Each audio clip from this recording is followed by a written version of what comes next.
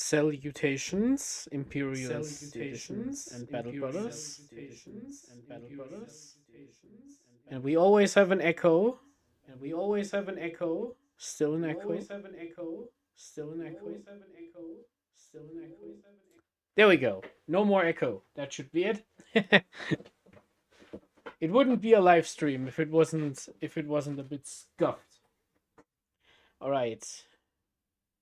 Yuri Kozak, salutations. Nice to see you again. Brother, indeed. Brother, indeed. Very good. Alright, yeah. So, Scuff, what is this heresy? Yeah, no more echo. You can hear me, I assume. You can hear me, I assume. How are we doing on YouTube? Gabriel Diaz, greetings, honored brother. Greetings. Did that show up on screen? I do have both chats enabled. Oh, I don't have the YouTube chat in the pre-screen. Here we go. There it is, the YouTube chat. Salutations, Gabriel Diaz. Welcome in. Salutations. Let me wave for all of you if it works. Does it work? Did it work? It did work a bit. Here we go. Yeah, it's always a thing. Let me turn on mirror motion basically.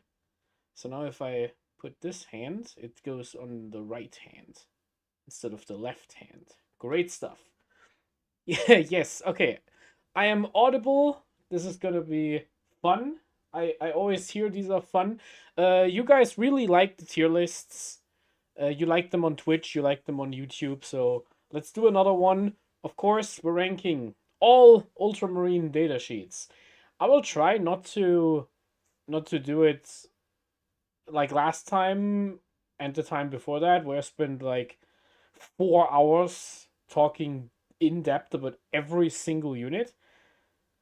But I will probably do that anyway, because you know how I am. Know nothing about the data sheets. Well, you're about to learn, brother. You're about to learn. So, what happened? 2 weeks ago, I want to say. Is it 2 weeks or 3 weeks? I think it's 2 weeks ago. We got a new balanced data slate and Muniturum field manual. We reviewed it on YouTube. You can check the VODs for that when I went over all the rules and talked about the updates. Basically, it's the balance patch for Warhammer 40.000, where some rules that are too strong get nerfed, some rules that aren't strong enough, they get buffed, and that's just how that works.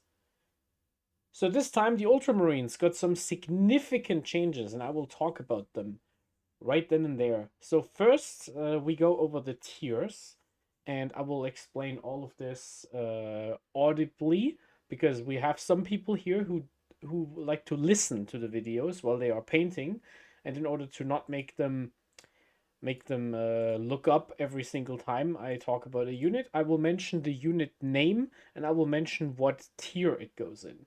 So for example, we have this Terminator Captain, and I will put him on the tier list. Let's say he's in F. And then I will say Terminator Captain goes into F, so everyone exactly understands where the things are going. So let's go over the tiers. We have S tier. S tier is auto take. These are data sheets you are almost always taking, regardless of detachment. There are some detachments where you don't take them, but those are the exceptions that reinforce the rule. You should basically run these data sheets in almost every list. Then we have A tier, which is staple. Let's add the little line here. A is a staple unit. That is a unit you see in most lists. It isn't exactly an unshakable truth that you will take these units. Sometimes they have a replacement, but in general, this is a unit when you see it on a list, you're like, yes, of course it's here. B is playable. This is a unit that isn't outstanding, but it is pretty good. Salutations, Dan. Oh, and always, you guys can always ask questions or tell me if I'm wrong. I got some stuff wrong, really wrong in the Librarians video, and I also got some stuff wrong on the Stormlands. So I do appreciate all the comments telling me when I get something incorrect, so I can fix it in the replies every time. I always pin, just in case you noticed, if I pin a comment on a video, it is always because someone told me I was wrong. So it is a warning for everyone. So, what was I? B tier is playable. A playable unit is just fine. Like a B tier unit is completely okay. You can run this unit. It's not exactly setting the world on fire, but it's also not making your list worse. This is just a unit that is like, hey, yeah, this works. But you don't, if you don't want to run it, it's what it is. So C tier, this is a new tier I put in, has a niche. C tier is a datasheet that is probably a D tier datasheet, which is a bad datasheet, but it has a niche in at least one detachment or interaction, and that's where it goes. D is flawed. In D tier are units we are not using in competitive Warhammer for the most part because there's something wrong with this unit. It is too expensive, it doesn't move far enough. You should avoid putting these units into your list at all costs. They're just not good enough. And they don't have a real niche to even play with them. So that is what the D tier is. The F tier is irredeemable. These are the terrible units, the units that are so bad. You should, if you put these into your list, I will come to your house and smash them with a hammer in Minecraft. That's how that works. Don't play the F tier datasheets. This is beyond flawed. A flawed unit can at least move and score an objective, probably. The F tier units are so bad you don't even look at them. And the F tier name is the Reiver Lieutenant combo would go here if it was still alive. And then we have the bottom tier, and this is Talking Space. I just shamelessly stole this off of Art of War, where they have a unit in discussion tier, which is basically, let's say we are ranking the captain with jump pack. While I'm talking about the captain with jump pack, I will put it down here, so you can always see in the video what we are discussing at this moment. It's also pretty helpful if someone wants to volunteer for timestamps. I wouldn't be opposed to that. So this is just Talking Space. I will delete this by the end because it's not a real tier. This is just we're putting the unit here, then we talk about it, and then we put it into whatever tier it goes into. So let's summarize. S, auto take. A, staple. B, playable. C, has a niche. D is flawed. F, stop. And then Talking Space for whatever unit we are discussing. So, yeah, everyone who's here for the live stream, thank you so much for tuning in. You don't feel the need to sit through the entire thing. You can always watch the VOD on the channel. I don't, like, it's not great for the analytics if people stop watching halfway through, but I don't care. I'm just really happy you guys have been loving the content I've been putting out. I made all 3 detachment videos the day before the data slate went live, and I was pretty happy about that. And the reception has been phenomenal. And you guys have been loving the thumbnails, so I'm also pretty happy. Without any further discussion, let me get my Coke and my water so I don't get the raspy throat. But you can hear that through the condenser mic because it's pretty rough. All right, just. Oh yeah, that microphone's picking up every single noise. And at this point, I don't care. Let's start. We are in 11 minutes in. Let's talk. We are just going in order, which means we are starting with the epic heroes. Now, Marneus Calgar, previously in auto take. Marneus Calgar changed because he got 10 points more expensive. Calgar is now at 210 points, which is where he was in the index back when the game first started. I was playing Calgar when the game first started, and many people weren't, because people didn't realize how good Marneus Calgar is. And he has, since the index 2 years ago, since then been the best Ultramarine datasheet by far, and I will not stop that trend. Calgar is an auto take. You always run Marneus Calgar, in my opinion. He is the best datasheet in the codex. There are people who are not running him in Ironstorm or Librarius, which includes me. I didn't take him in Librarius, but those are the exceptions, and I honestly think you should also run him in Ironstorm. So what does Calgar do? He hits like a truck in melee. He brings 2 bodyguards with him, which can tank damage for him, or they can make him more tanky with a 4 Feel No Pain while one of them is still alive. Yeah. Calgar is hurt by the 10 points. Gabriel brings up a good point. Calgar is hurt by the 10 points on the heroes and on himself. So that entire setup is 20 points more expensive. But you can do some stuff with Calgar. So most importantly, Calgar gives his unit every rule in the game, basically. Fall back and shoot, fall back and charge, advance and shoot, advance and charge. You can just do whatever you want with Calgar's unit. In addition, you just always get a free command point, which is so valuable because we are going to see later on how the Ultramarine faction identity is basically just doing stratagems for free. Or basically every single character in Ultramarines has some sort of rule that interacts with stratagems in some way. So yeah, Calgar is still an auto take. He did get worse because he's more expensive, but you have some options with the leader stuff now. In addition to company heroes, which is the most popular setup, because company heroes, I will talk about them when we get to it, but you can also run Calgar with Bladeguard if you just want to be cheap. In that case, the whole package only went up by 5 points, basically. No, it's actually cheaper than... Yeah, it went up by 5. No, it went down 5, basically. Yeah, because, yeah, we will talk about that later. But one thing I want to point out, which not a lot of people have picked up on, if you played the Stormlands, which also got nerfed, but I will talk about that later. The Stormlands, it gives Calgar fallback and charge and advance and charge. Calgar has a respectable 2 damage pistol, but fallback and shoot isn't really necessary on Marneus Calgar. In the Stormlands, you can just run Calgar by himself. He doesn't need to lead a unit. You still get the command points, you're still toughness 6, but you don't need a unit to lead. You can just run him by himself. Salutations, Chris. Salutations, all the people on Twitch. Frog, thank you for joining in. So yeah, Marneus Calgar is an auto take. Roboute Guilliman, Primarch of the Ultramarines.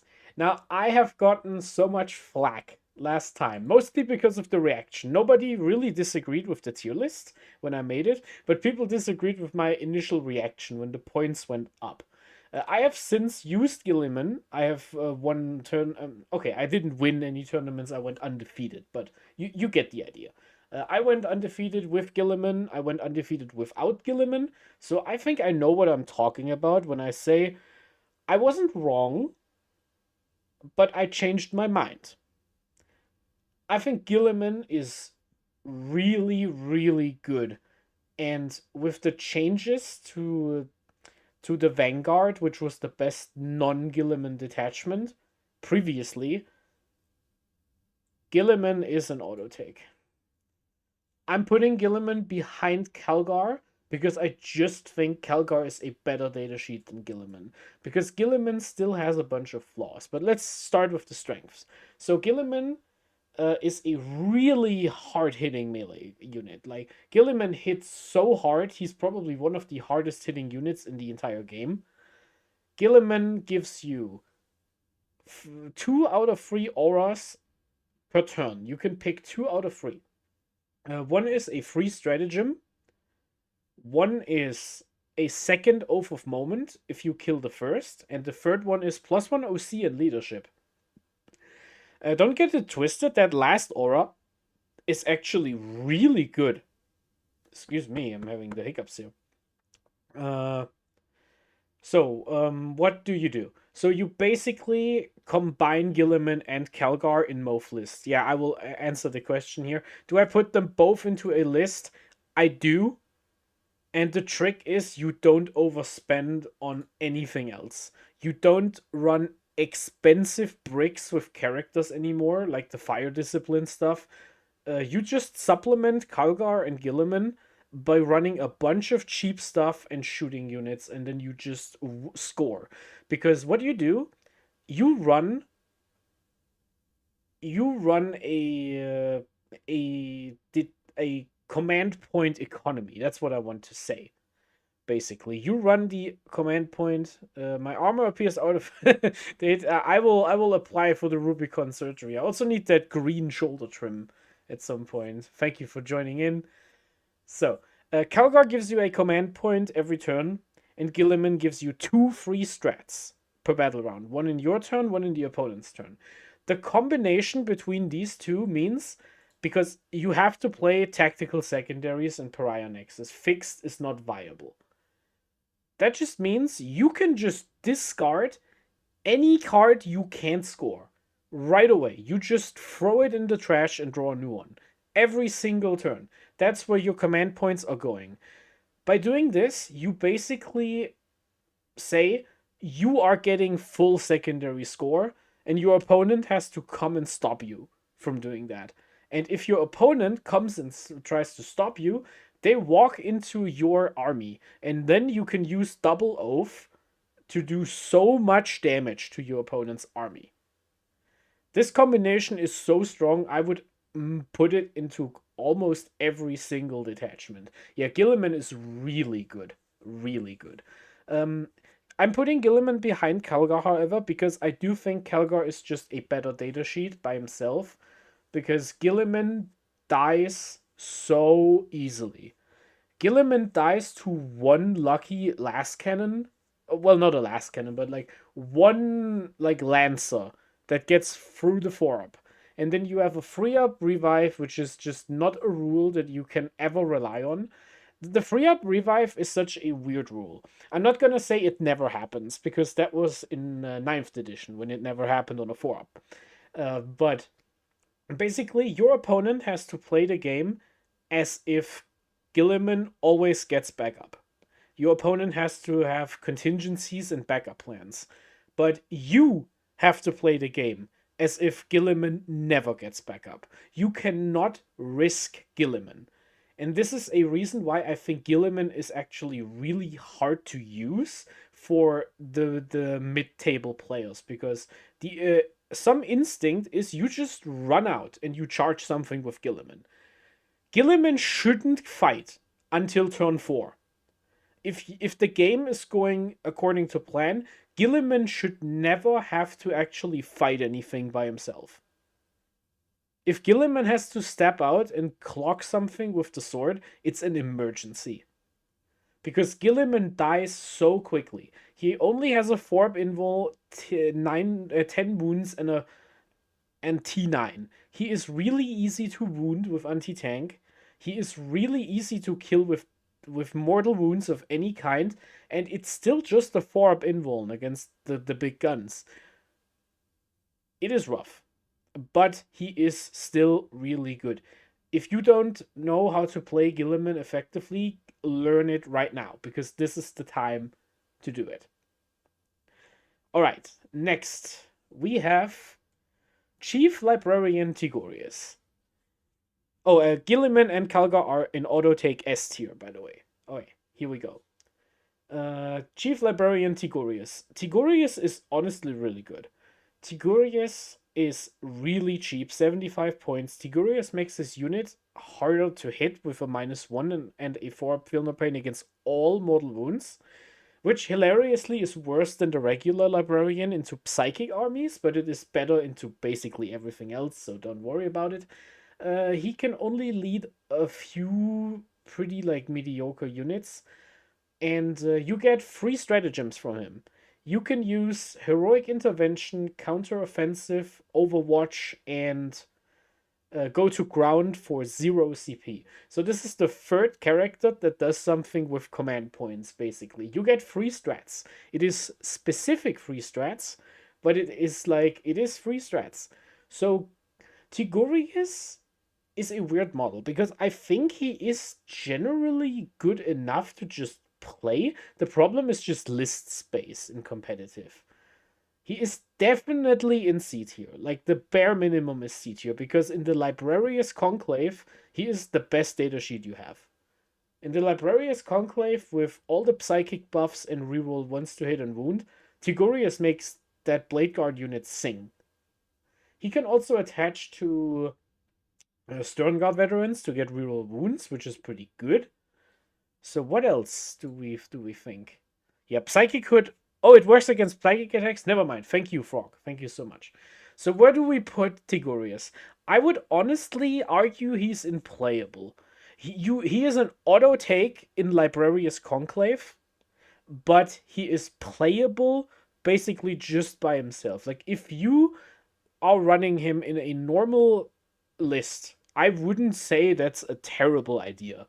He isn't he doesn't increase his unit's damage output beyond doing damage himself, but he makes his unit harder to kill, and the reason why he works in Librarius is because Librarius boosts his damage.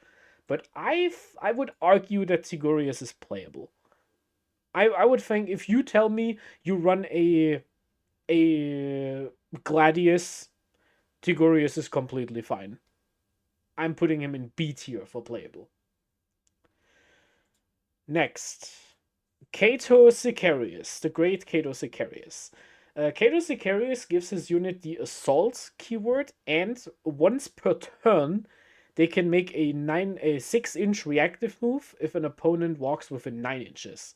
Other than that, he is a captain with a power sword. He has 6 attacks, hits on 2s, strength 5, AP 2, damage 2. It has lethal hits, which is better than a normal power sword. And he has a damage 2 plasma pistol that doesn't overcharge. And he can shoot it after advancing, because, of course. I think Sicarius is underrated. I think Sicarius is really good. I'm always putting him pretty high. I can't really put him into staple because we don't see him that often. But Sicarius is really good.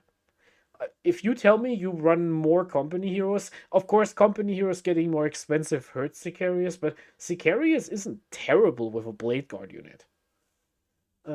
He can give a Sternguard unit assault, which makes him pretty funny in what do you call it, in Stormlands, because you get the assault keyword, which means in Stormlands you can pay 1 command point to get sustained hits. That means if you run like a Sternguard unit with combi weapons, you get a 100% hit rate, which is honestly pretty funny. So yeah, Sicarius is pretty good. I will argue for playable, and I will put him behind Tigurius, because Tigurius is so good in Conclave. But don't sleep on Sicarius. Sicarius is honestly really good. He doesn't do anything with command points, but he basically has a free reactive move just on his datasheet. Yeah, I think he's good. I think he's good. You can put him with 5 assault intercessors and just hit people with a cheap character. He's pretty cheap. Second, 5th character, Talking Space. Uriel Ventris. How the Mighty Have Fallen. So where did I put Uriel in the last tier list?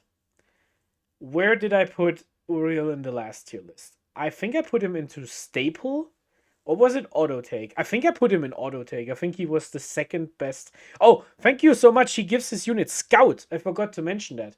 Sicarius gives his unit Scout. Let's talk about that for a second. Yeah, Sicarius gives his unit Scout, and thank you so much, Dan. Thank you for reminding me. I forgot about that. Yeah, he gives his unit Scout, and that works from inside a transport, which means you can get a unit up the board really good. Yeah, I put Uriel into auto take because he was an auto take in Vanguard, and I argued Vanguard was the best detachment. So yeah, Sicarius, B tier, never mind. Yeah, thank you so much. Yeah, rest in peace, Uriel. Well, it's not that bad. He's still fine. So Uriel is a Space Marine Captain. He also has 6 attacks, but his power sword is actually strength 6, which doesn't seem like a big difference, but it actually is, trust me. The fact that Uriel is strength 6 on his sword has won me so many fights, you wouldn't believe it. He just kills things. A normal power sword character doesn't kill. So what happens? Uriel gives a unit the deep strike keyword, but it can no longer be an assault intercessor. A Centurion unit. That really hurts. Most importantly, the Vanguard Spearhead, because you can no longer turn one up down the Centurions, and you have to put them into the board edges, which makes him so much worse. He is still a 12-inch aura of your opponent's stratagems increase in cost. The problem is just with company heroes going up, which was his best unit to join. Honestly, it's so annoying. It is so annoying that this happened to Uriel. He is now a 95-point character. He probably needs a unit, and he doesn't give Vanguard the interaction it needed to be my favorite detachment of all time. But on his face, Uriel isn't bad. He is your Vect. He's the only Vect in the book. You can still deep strike something. Oh, the second detachment that was hurt was the Stormlands, because you could do some fun stuff with Assault Centurions, like rapid ingress them in, advance and shoot with your advance and charge, and then you can just 2-tap things with a big brick. Yeah, that was cool. But no longer. I will put Uriel Ventris into C tier for a niche. And that niche is the Anvil Siege Force. I have made a video about the Anvil Siege Force last week, I think. And in that video, I explained that you can use Rapid Ingress to get a guaranteed turn of heavy benefit on your heavy weapons. You, for example, Deep Strike 6 Eradicators, and then you can stay still in your turn and get the heavy bonus, which is really good. Deep Strike 6 Eradicators are same tiers. No! Deep Strike 6 Eradicators is good. You be quiet. It's really good in Anvil Siege Force specifically. That's why I'm putting him into niche, because he does have synergy with Anvil Siege Force. The problem is really that he's a bit expensive now for what he does. So yeah, he has fallen pretty far. And the last epic hero in the list is Lieutenant Titus. The Melter keyword doesn't work when he's deep striking. That's true, but +1 to wound is really hard. +1 to wound and +1 to hit goes really hard in Anvil. Trust me, it goes really hard in Anvil. So, Lieutenant Titus.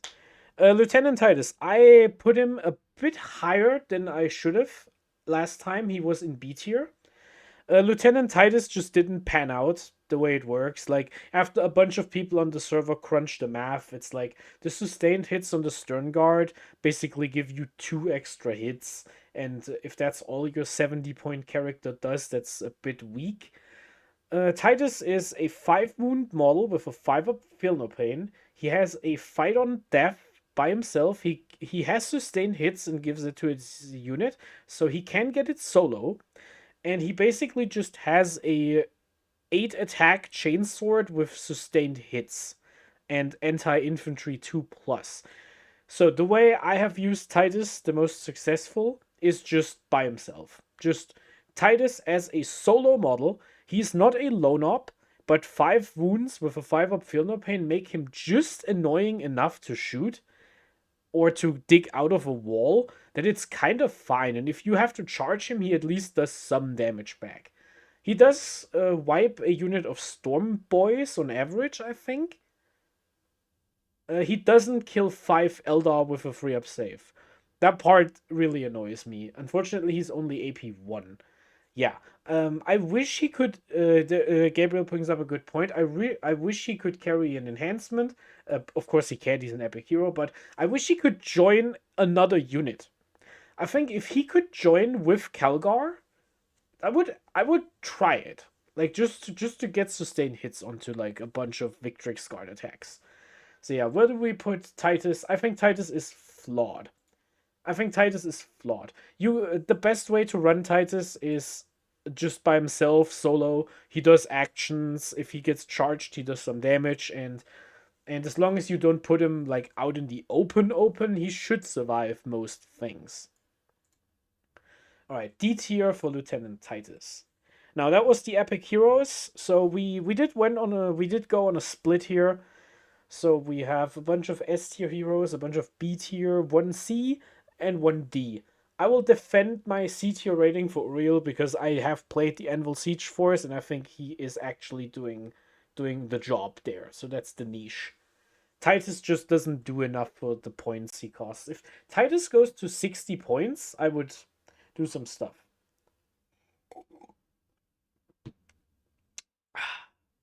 All right. Let's talk about the Captain in Terminator armor. The Captain in Terminator armor can carry a fist or a power sword. He has an extra wound. He has 5 up, so he trades 1 inch of move for 1 extra wound and an extra save, and he can deep strike. The Terminator Captain is pretty bad. Let's be honest here. The Captain is pretty bad. Salutations, Mr. Popper. Welcome back, Michael. So where do we put?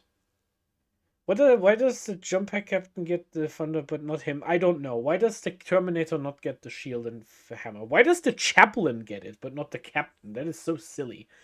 Alright, the Captain in Terminator armor is not a great datasheet. He is really expensive, and all he really does is he gives you the free stratagem, which is good. Free stratagems are good. And he gives you reroll charges. Now, he has reroll charges by himself, which is something, but I'm still putting him into D tier for flawed. Let me explain why he's not F tier for the worst. The Terminator Captain is the only way to get 2 enhancements onto a Terminator squad. I know. Terminators are not good. And you probably don't want to have 2 enhancements on a bad unit. But if you play First Company specifically, which is a bad detachment, then the Terminator Captain with the Ancient together does something unique. Something that isn't bad. I mean, it's still bad, but it's not completely irredeemable. It is not a niche, because Terminators in First Company are just awful, but I will put him into flawed, because the Terminator Captain is not good. He's not good. No, it's not a C tier niche. It is not good enough to be niche, because it's just so bad. The First Company is still like the worst detachment in the game. Well, no, it is not. There are more worse detachments. The Assassin detachment is pretty bad, and the Emperor's Children, what's that detachment called? The Champions of Slanesh. That one is really bad. But yeah, First Company is still bad. So I'm putting the Terminator Captain into D tier. Next is the Captain with Jump Pack. I put this guy pretty low last time, and I think I'm putting him up this time. So he gets the free strat while he's leading a unit. That unit is +1 strength when it charges, I believe. I believe only when it charges. He can carry a fist. Salutations. Thank you for the raid, Mana Frey. Welcome in. Welcome into the stream. Salutations. So what do we do with the Captain?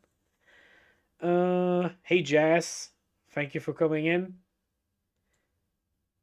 The Captain on Jump Pack does a free strat. He has Deep Strike. He doesn't have a 2-up save, but you can give him a shield and a hammer, which gives him a 6th wound, but makes him hit on freeze in combat. The Captain with Jump Pack has a niche. And does a Warhammer movie exist? What's an airport? Welcome to the stream. Yes, we have there is an Ultramarines movie, but it is so bad I would not recommend you should watch him. Yeah. Yeah, for Ultras you don't see much use for him. There is one niche, and that niche is exactly what Gabriel is pointing out. in the Vanguard Spearhead, you can give him Lone Op. Now, the Vanguard Spearhead is drastically worse than before, but that is the niche you get. You can make him a Lone Op, and you can use him with Rapid Ingress because he makes his own Rapid Ingress free. And if you play on boards with exposed objective markers in the center, you can Rapid Ingress onto the objective marker to just steal 5 points of primary. Really consistently. And after that, he can just sticky an objective for free and fly off to do something else. Pretty good, honestly. I feel like that is pretty good. It's niche. I would never actually attach him to a unit of JPI because I think it's not worth it to do that. And that's just the end of that. So C tier for the captain with jump pack. Last time I put him lower, and I do think that one interaction is actually fine. Next, we have the Regular Lieutenant. The Regular Lieutenant gives his unit fallback and shoot, fallback and charge, and you get lethal hits. In addition, you have a bunch of weapon options, like the shields for Forb Invuln. You get, or you can take a bolt gun with 2 damage. You can take a fist to have a strength 8 guy. He hits on 2s, and he does have almost the same output as a captain. Basically, he has 1 less attack, I believe. Yeah, so I'm not a big lieutenant fan. Most people who've been following me know that I'm not a big lieutenant fan, especially when people try to put the lieutenant with Calgar, because Calgar already has fallback and do stuff, and then the lieutenant does it too. I don't like that. I don't like that combo. I also think attaching 2 characters to a squad is just making the squad really expensive. You lost the ability to get critical hits on 5s in the Gladius, which makes the lieutenant less desirable than I already liked him. So I'm talking a lot, but I'm still gonna put him in B tier. The lieutenant is fine. There's nothing wrong with him. I know a bunch of people on the Ultramarine server. I think Grim is a big fan. Really likes Lieutenant Bladeguard because they actually do damage. The Lieutenant gives Firestorm the rule it actually has. It's a must-have for Hellblasters. It is, but I will get to my opinion on Hellblasters in a hot moment. Look forward to that when I destroy that unit. But yeah. He's better in non-Gladius detachments, that's true. One thing I find so disappointing is he is really necessary in Firestorm, because Firestorm is a ranged detachment without fallback and shoot. But Firestorm encourages you to take flamethrowers, which the lieutenant doesn't interact with in any way. Because if you auto-hit, you don't need lethal hits. So yeah. It's what it is. The lieutenant still allows you to carry a second enhancement, which is why it's still fine. He's the only way you can give Calgar heroes a second enhancement, because other dual leaders cannot join company heroes. So yeah, let's put him in B tier. I'm putting him behind the epic heroes because I see myself taking the epic heroes over the lieutenant probably every time, but yeah. That's just what it is. Next is the Reiver Lieutenant. The Reiver Lieutenant, I will not even pretend this guy goes into F tier. He's terrible. Now, the Reiver Lieutenant gives his unit lethal hits, and he increases the OC 0 and -1 leadership aura by 3 extra inches. So it's now a 9-inch aura, I think. On your Reiver squad. He can only join Reivers, and he does not have the Deep Strike keyword. So if you attach him to a unit of Reivers, they lose the Deep Strike keyword. So for 55 points, you can make your Reiver squad worse than it was when you started. This guy has no purpose, especially because there's a different character you can attach to Reivers who does more for them, which I will talk about in a second. So this guy's irredeemable. He's completely trash. F tier, gone. Next, we have the Phobos Lieutenant. Now, the Phobos Lieutenant was changed in the data slate to be a flat 6 move after you shoot, but you can no longer charge. So previously it was D6 move, but you could still charge. This means this guy lost his utility by letting you deep strike charge out of reserves. The reason why I called the F tier the Reiver Lieutenant, the Reiver plus Lieutenant combo would go here is because this combo was terrible. I saw so many people recommend that combo and talk about it on the server and then think, oh, I can go for a really sneaky 3d6 charge. You know what else you can do? You can just give your Reiver unit advance and charge, and then you roll 3d6 for a charge, and you didn't pay 55 points for it. Great.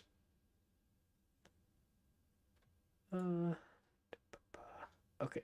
Oh, the bot got we got a bot deletion here. Abominable AI was terminated from the chat. Here we go. So yeah. So what does he do outside of that? His gun is damage to.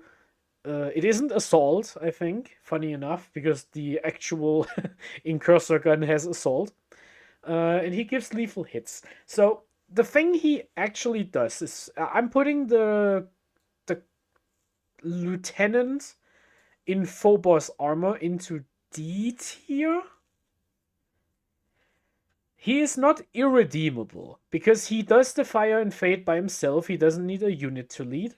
And you can do something like an Incursor squad. You can shoot, get the +1 to hit, and then move back behind the wall. You still make your skirmish unit expensive, which is why I don't think it's a niche. I think it's still just a bad play. He is not expensive at 55 points, but you can get cheap characters for that price, I think, which I think have more use. But yeah. Yeah, that combo was never good. I hated that combo so much, and I got so many messages about people going, hey, Tobias, what do you think about my list? And it included that combo, and it's the first thing I tell them to cut. Every single time, without fail. Just take 2 Reiver squads. It will just be better. I will talk more about Reivers when we get to Reivers, but yeah. So this guy is flawed. He has a thing he can do. He can deep strike and do a fire and fade to score a secondary card, even though your opponent screened the deployment zone or something. But yeah, it's not that great. Next is the Lieutenant with Combi-weapon. This is the guy who is a lone op. He cannot be your warlord. He has a 5-up Feel No Pain and Stealth. And at the beginning of the game, you pick an objective marker, and your entire army has reroll once to wound against units on that objective marker for as long as this guy is alive. No range on it, it just happens. Oh, and he does a flat 6 reactive move if your opponent gets within 9 inches. This guy is really good. The Lieutenant with Combi-weapon is really good. In Vanguard Spearhead, he gets the Vect enhancement, so he is a 12-inch aura of more expensive stratagems.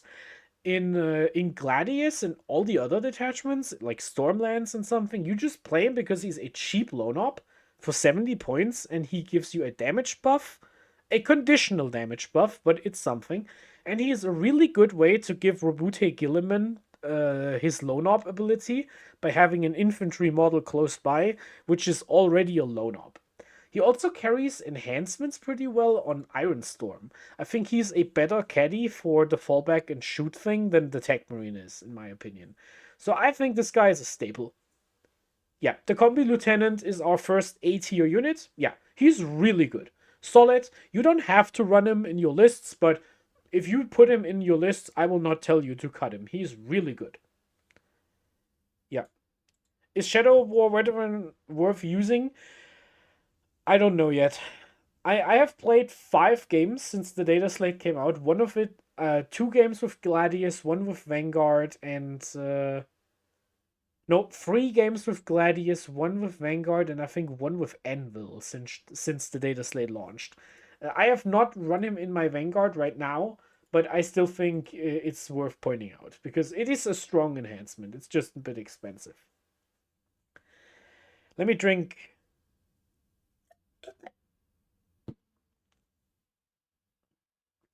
before we move on, we still have a lot of things ahead of us.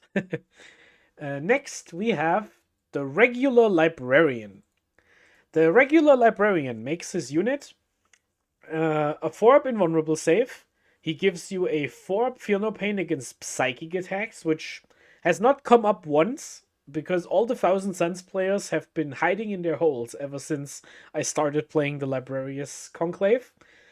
And for that reason, I actually think this guy is really good. He has a psychic gun which does death wounds.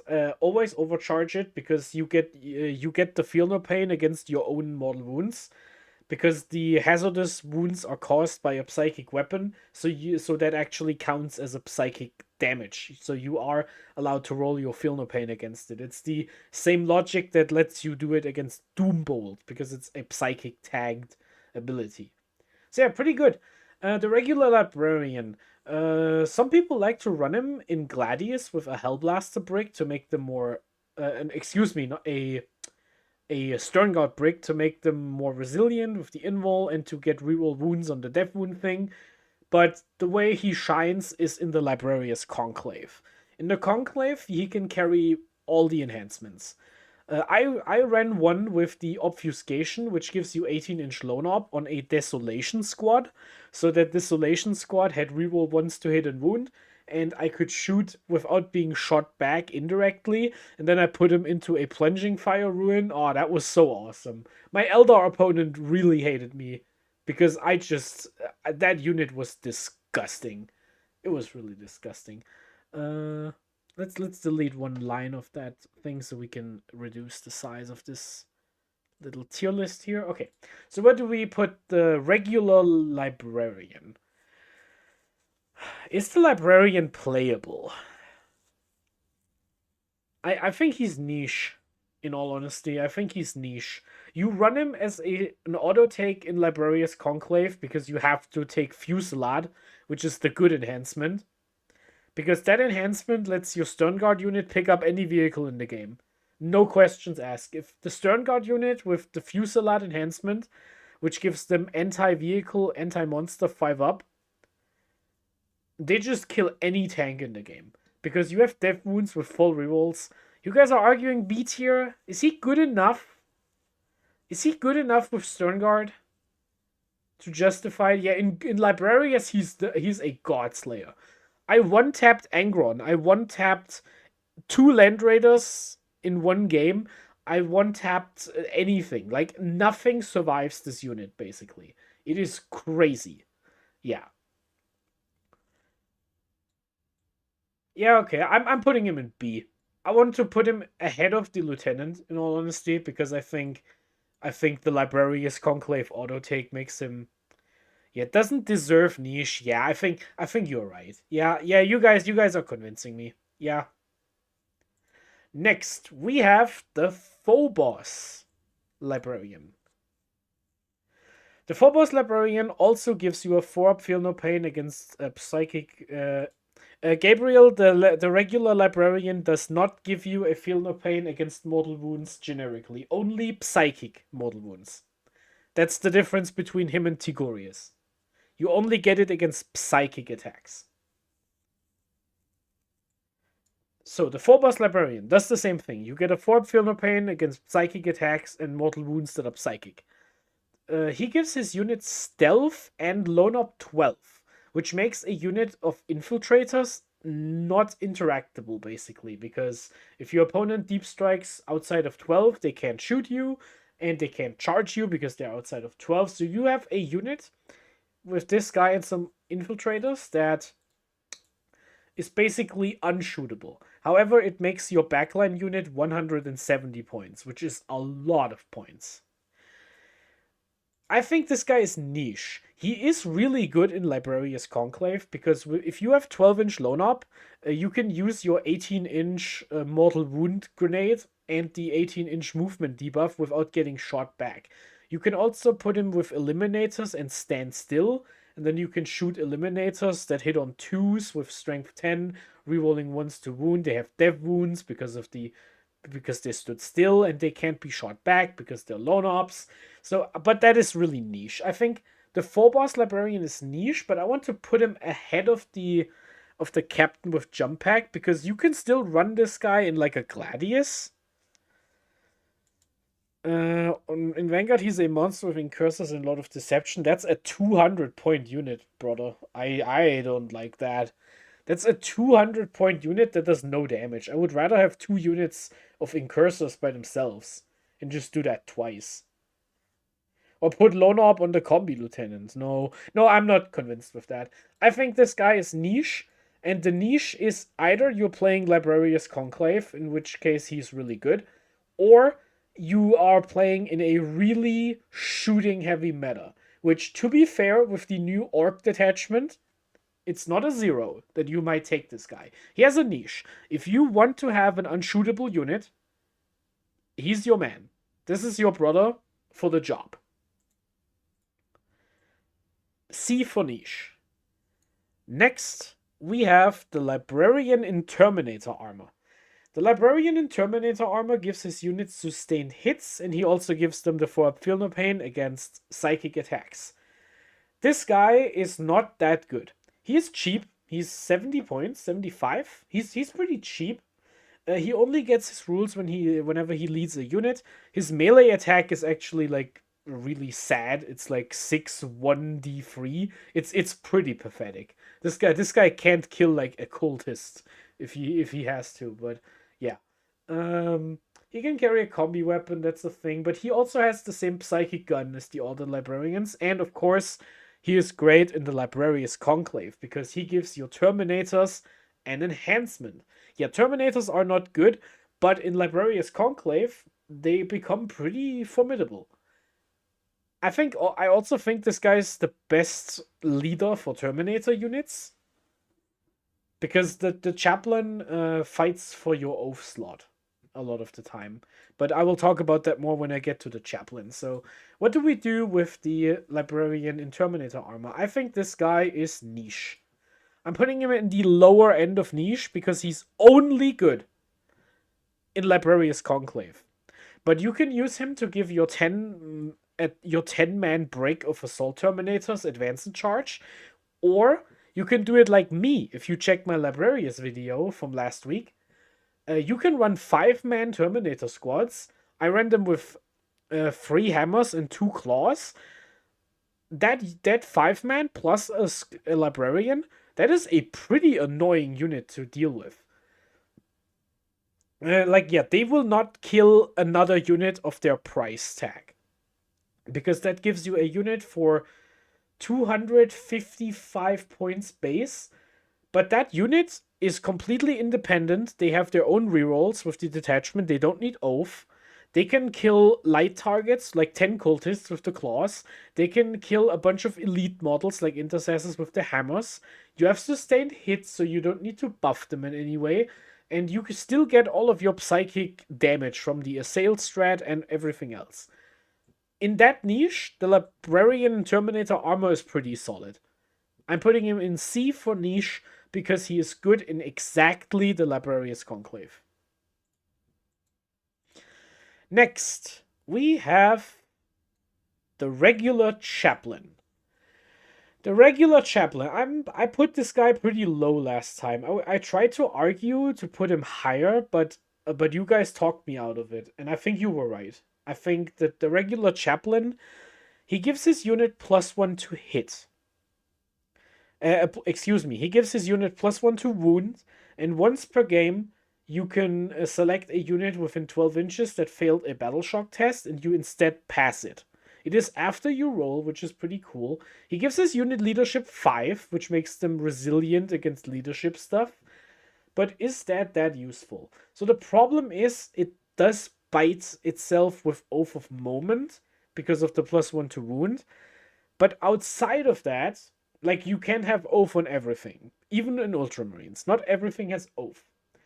The thing is just that you have other options for all the units a Chaplain can lead. A Lieutenant gives you more buffs with the lethal hits. All the epic heroes that go into units a Chaplain can lead are better for that unit. Like, I would always rather have Sicarius or Uriel in a unit of Bladeguard or something, because they give you something more unique than what it does. I think the regular Chaplain goes into Flawed, and I'm putting him D tier Flawed. I'm putting him in front of the Terminator Captain, though. I think the Chaplain is better than that. Here's the one thing I want to throw out there. Bladeguard is pretty cheap right now. A 3-man unit of Bladeguard with a Chaplain is 140 points for 4 models with basically 16 power sword attacks. The Chaplain has worse AP, but it's all +1 to wound, and Bladeguard don't need Oath because they reroll once to hit. That is a pretty independent little unit. I don't know if that is good, but I just want to point it out. It is something you can do. I think it's better in Blood Angels than it is here, but it's I just want to point it out. It's not nothing. It's something. Next, we have the Chaplain in Terminator Armor. This guy gives his unit a 4 Feel No Pain against mortal wounds. All mortal wounds, not just psychic. That's the difference. It's all mortal wounds. And you get +1 to hit in... +1 to wound in melee. The Chaplain in Terminator Armor is flawed. He has exactly one purpose. He can carry an enhancement for a Terminator unit in First Company, and that's it. You don't take Terminators outside of First Company. You don't take him in Librarius because he's not a Librarian. And the +1 to wound fights against Oath of Moment. Now, a bunch of people have said, Tobias, you can't have Oath of Moment on everything. But I want to talk specifically about the Terminators here. Terminators need Oath as a baseline. Normal Terminators have a rule that says you get +1 to hit against your Oath target, which means you always want to attack your Oath target with them. Because if you don't have a datasheet rule. But if you have a Chaplain in that unit and you already Oathed it, you don't get the +1 to wound. So it is just pointless to have the Chaplain in the unit. What about Assault Terminators? They don't have a rule that interacts with Oath. That is correct. However, Assault Terminators hit on 4s. The Thunder Hammers of the Assault Terminator hits on 4+. Weapon skill 4 is bad. So you need Oath in order to guarantee you can actually hit something. And if you have Oath to hit something, the Chaplain in Terminator Armor doesn't do a single thing. And this is why he's flawed. I'm actually putting him ahead of the regular guy because in First Company specifically, you take him to carry an enhancement. And he doesn't have a real replacement because I think the Librarian is worse than the Chaplain in First Company. The Captain is just the worst character in that slot because he's like 100 points for no reason. But yeah, the Chaplain is having a hard time. Let's continue the Hate Brigade. I will talk about the Chaplain with Jump Pack next. I will just make this short. The Captain with Jump Pack, he does a bunch of mortal wounds after you fight. Every time you fight, basically. You roll a die and sometimes you do some mortal wounds. This guy is just not worth taking in Ultramarines.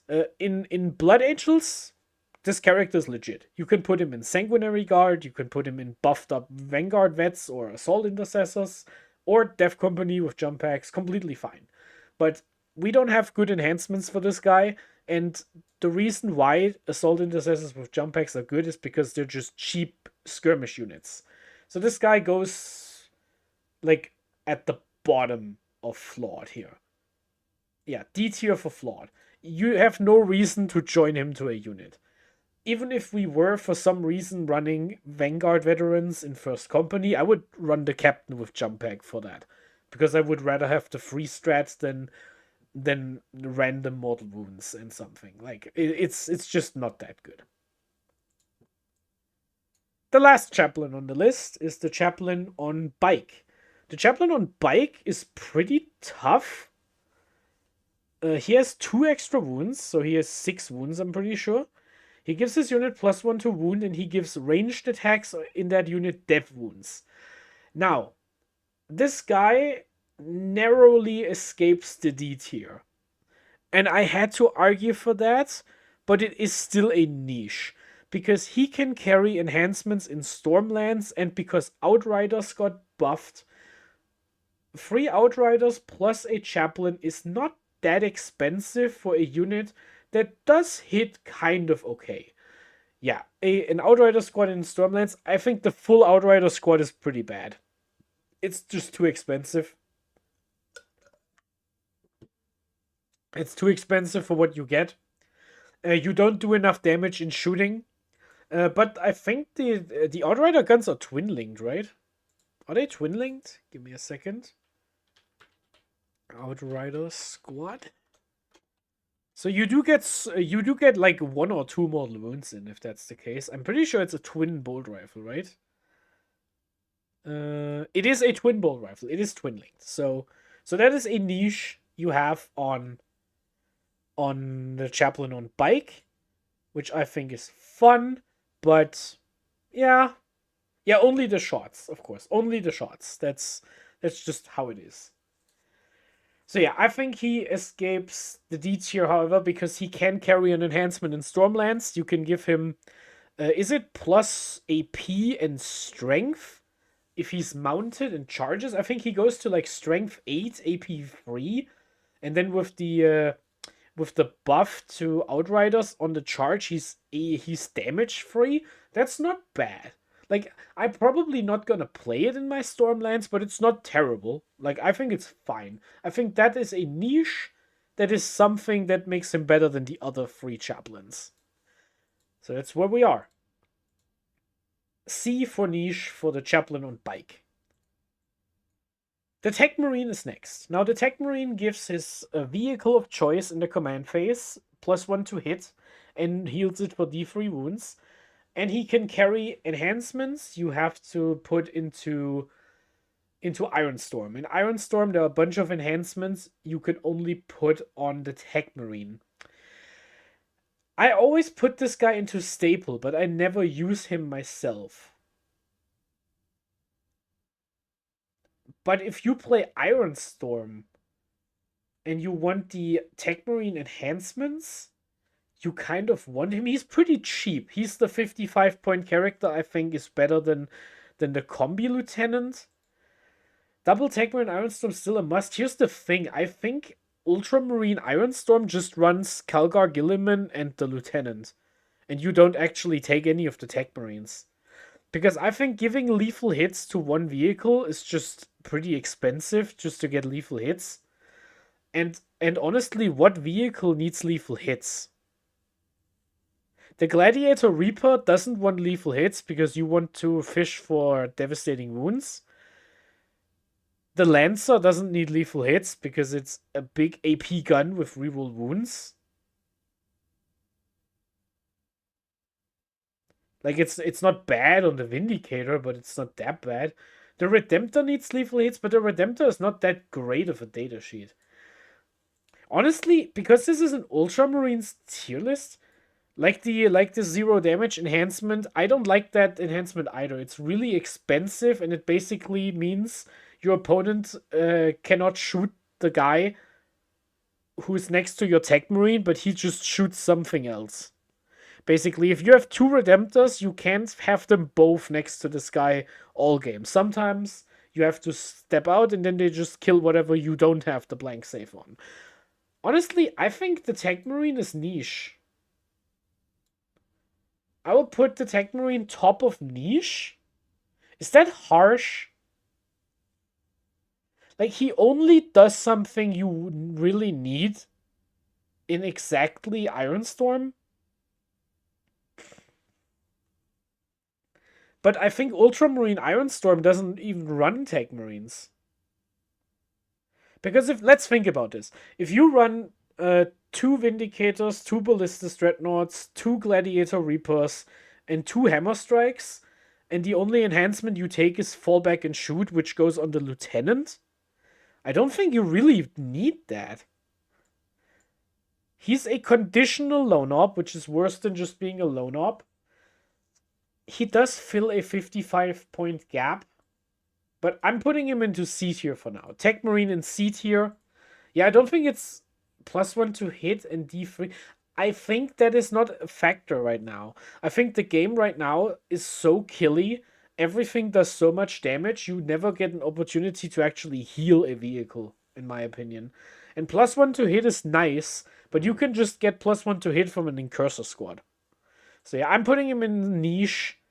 Probably like in front of the Librarian with Phobos armor, just because in Ironstorm specifically this guy gets interesting. But again, I don't think you want lethal hits in Ironstorm. I think the tanks that you play in Ironstorm don't need lethal hits. The Lancer doesn't need lethal hits. The Reaper doesn't need lethal hits. The Vindicator doesn't hate it, but it's not necessary. And I don't like Redemptor Dreadnoughts, but I'll get to that when we get to the Redemptor. So, yeah, that's just what it is. Next, we have the Apothecary. The regular Apothecary. The Apothecary can revive models. Once per command phase, you get a model back from your bodyguard. And if the Apothecary's bodyguard dies, you get a command point. In Ultramarines specifically, you can put Calgar with some Sternguard, and then you can revive the Sternguard, the Victrix Guard models after you take damage on them, but that is just terrible. Especially because you're attaching Calgar to Sternguard, which means you have toughness 4, you are vulnerable to blast, and you get reroll wounds on your twin-linked reroll wound fist. So that is just a bad play. What else does he do? He revives Hellblasters. I don't like Hellblasters.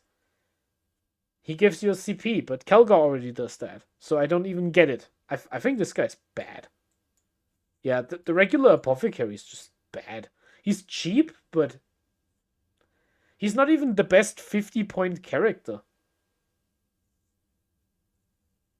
Yeah, I'm putting him into F tier. I think the Apothecary is pretty bad. In all honesty, the Apothecary is not that good.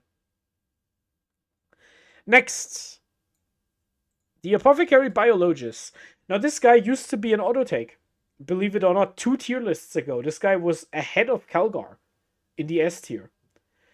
Now, you don't have Fire Discipline anymore, so no more crit on 5s. And this guy went up 15 points to 70 base, which is a lot. So what does he do? He gives your unit lethal hits. He goes on Gravis Marines, exclusively, and once his unit kills anything in melee, it's just they have to kill a unit in combat. Doesn't matter if he does it or the unit. Doesn't matter. If the Apothecary Biologist's unit kills something in melee, the Biologist model itself has OC 9 for the last for the rest of the game, basically. Yeah. Regular Apothecary should lead Bladeguard, I agree. Especially because in Dark Angels, you can put an Apothecary with Inner Circle companions, and that's actually pretty legit. So yeah, what does the Biologist do? The Biologist is still good, in my opinion. He is a lot worse than he used to be, but I refuse to put him below the Lieutenant. Because the Lieutenant is replaceable, and the Biologist is the best way to get an enhancement on a Gravis unit. He's the only way to get a second enhancement on a Marneus Calgar unit. That is Gravis. So yeah, I want to put this guy into playable. I will put him ahead of Sicarius, just because I do think in Vanguard you still take an infiltrating Eradicator unit, especially now, because you have to start the game on the board. If your opponent pushes you, you need something that can do damage to push them back, since the Centurions can't redeploy on turn 1 anymore. And in Anvil Siege Force, the Apothecary Biologist is actually really funny, because you get lethal hits, which means you can get crit 5s with the what is it called again? Battle Drill Recall, it is. You get crit 5s if you stand stationary, and you get sustain hits. So you now have the old Gladius back, with the old Fire Discipline. You crit on 5s with your lethal sustained, which is pretty cute. And you can double his OC to OC 18 if you pay 1 CP on not one backward step. So yeah, that is the niche application, but he's good in Anvil, he's good in Vanguard, he's really good in Firestorm, actually. Because in Firestorm, you can flip a die to a 6 with Forged in Battle, I believe. Which is on an Eradicator squad. Hear me out on this. Your Eradicator squad, 6-man Eradicator squad, has 4 shots with the Multi-Melter. You hit on 4s, so on average you hit 2 out of 4. Then you have full rerolls to hit against a vehicle. So you reroll the other 2, and then one of them hits. So now you have 3 hits out of your 4 shots. And then you flip the 4th shot that missed to a 6, and that shot is now a lethal hit. This guy is really good at fixing damage in Firestorm. Now, I think Firestorm is not a good detachment, but this guy has a good use in all of that. I think this guy is just good at carrying enhancements, especially if you have Calgar in your army and you want to go for the expensive brick, which you don't always want to do, but I just want to present it as an option here. So yeah, the Apothecary Biologist goes into B tier. Next, we have the regular Ancient. The regular Ancient is honestly not that good. He gives his unit +1 OC, and while he himself, just the Ancient model himself, is either on an objective marker or within 6 inches of the center, the Ancient model has a 4-up Feel No Pain. Now, there's a broken combo, of course, which none of you guys know, but if you put the Ancient into a unit of Intercessors, because the Ancient has a normal bolt rifle, the Ancient now has 4 shots. That means if you have 10 Intercessors and an Ancient, you now have 44 shots instead of 40. That's obviously pretty busted, but what use can we find for the Ancient outside of that brutal combo? He's a decent solo model to hold your home objective, because he has a 4-up Feel No Pain. He's 50 points, so he's pretty cheap. But he's not that useful. I think this guy is flawed. I think I'm putting him at the bottom end of flawed. He is 50 points. The Ancient is not that expensive. So if you have exactly 50 points left in your list, this guy has one use, which is he fills the gap. He's the only 50-point unit in your army, and he fills the gap. So yeah, D tier for flawed. You're never taking Ancient unless you have a 19 50-point list. And if you do, you probably switch some unit arounds, but it is what it is. Better 2 squads of Intercessors separately. Hey, I mean, don't diss my boy like that. It's 44 shots, man. Alright, next we have the Ancient in Terminator Armor. The Ancient in Terminator Armor gives his unit +1 to hit if it's wounded, so if one model is dead.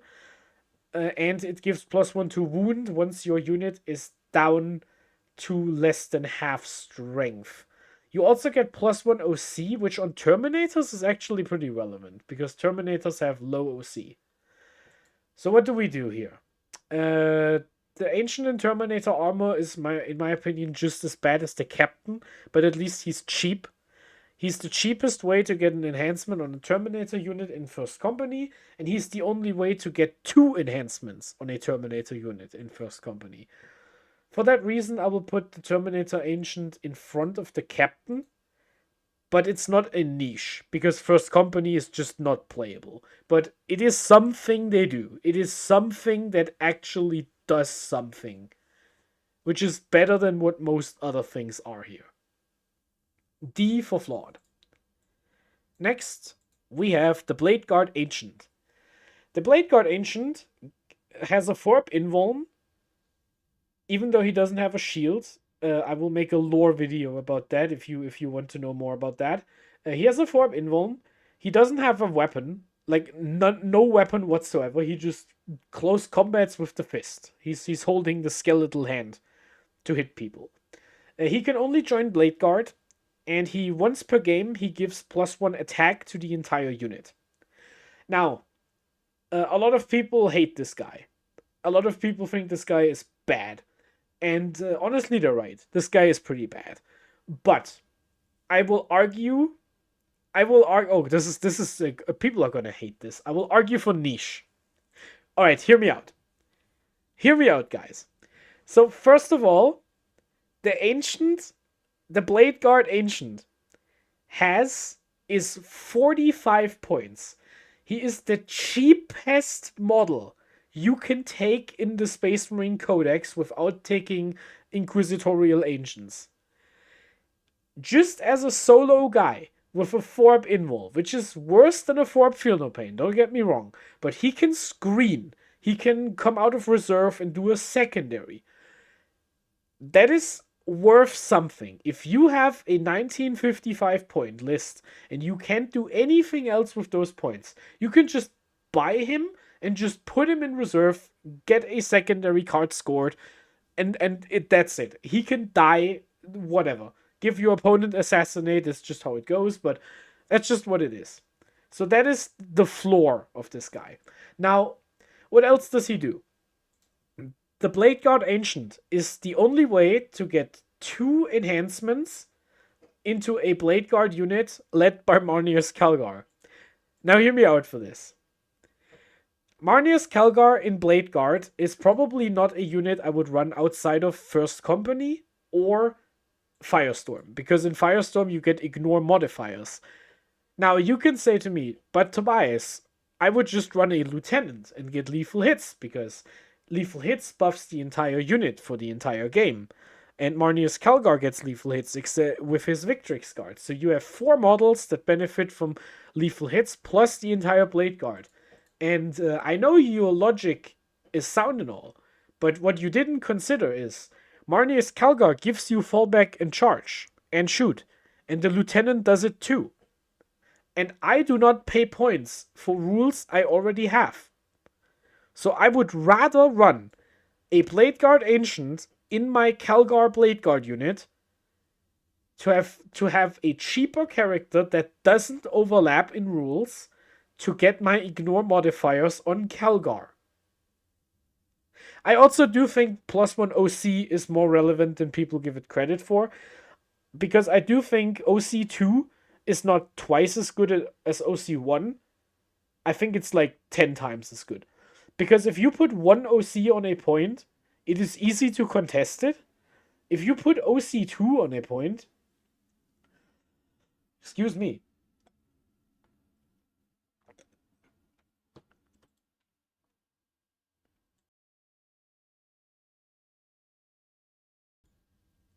just coughing here. Yeah, OC2 changes the math for contesting plays so much. You can't just tow one model into the base of the objective and do stuff with that. You get OC if you're battle shocked, which it's not uncommon to happen. Calgar is leadership 6, so you can get battle shocked sometimes. It just happens. And if it does, you still OC1 and you still hold the primary. It is the thing. This guy isn't good, but I do think the specifically with Bladeguard Calgar, which is more viable now than it used to be. I will talk about that once we get into Bladeguard. And the fact that he's just the cheapest model in the Codex. 45 points is just a steal. It's just free. It just happens, okay? Bladeguard Ancients in C tier. I do put him in bottom of C because I don't actually do it, but if I would, I would. Yeah, OC2 is OC4, basically. Yeah. Alright. Next, we have the Judicia. Guilliman auto-take in Vanguard, Gladius, Ironstorm, Stormlands. Yeah, Calgar is an auto-take. Guilliman is an auto-take in every detachment. I do agree. I will talk about this once I get more into like the Vanguard talk, but I think even in Vanguard, I'm running Guilliman now because if your opponent pushes you to punish your passive playstyle, Calgar excuse me, Guilliman gets you out of that hole, because if you push a Space Marine army with double oath, you are feeling the kick into your teeth.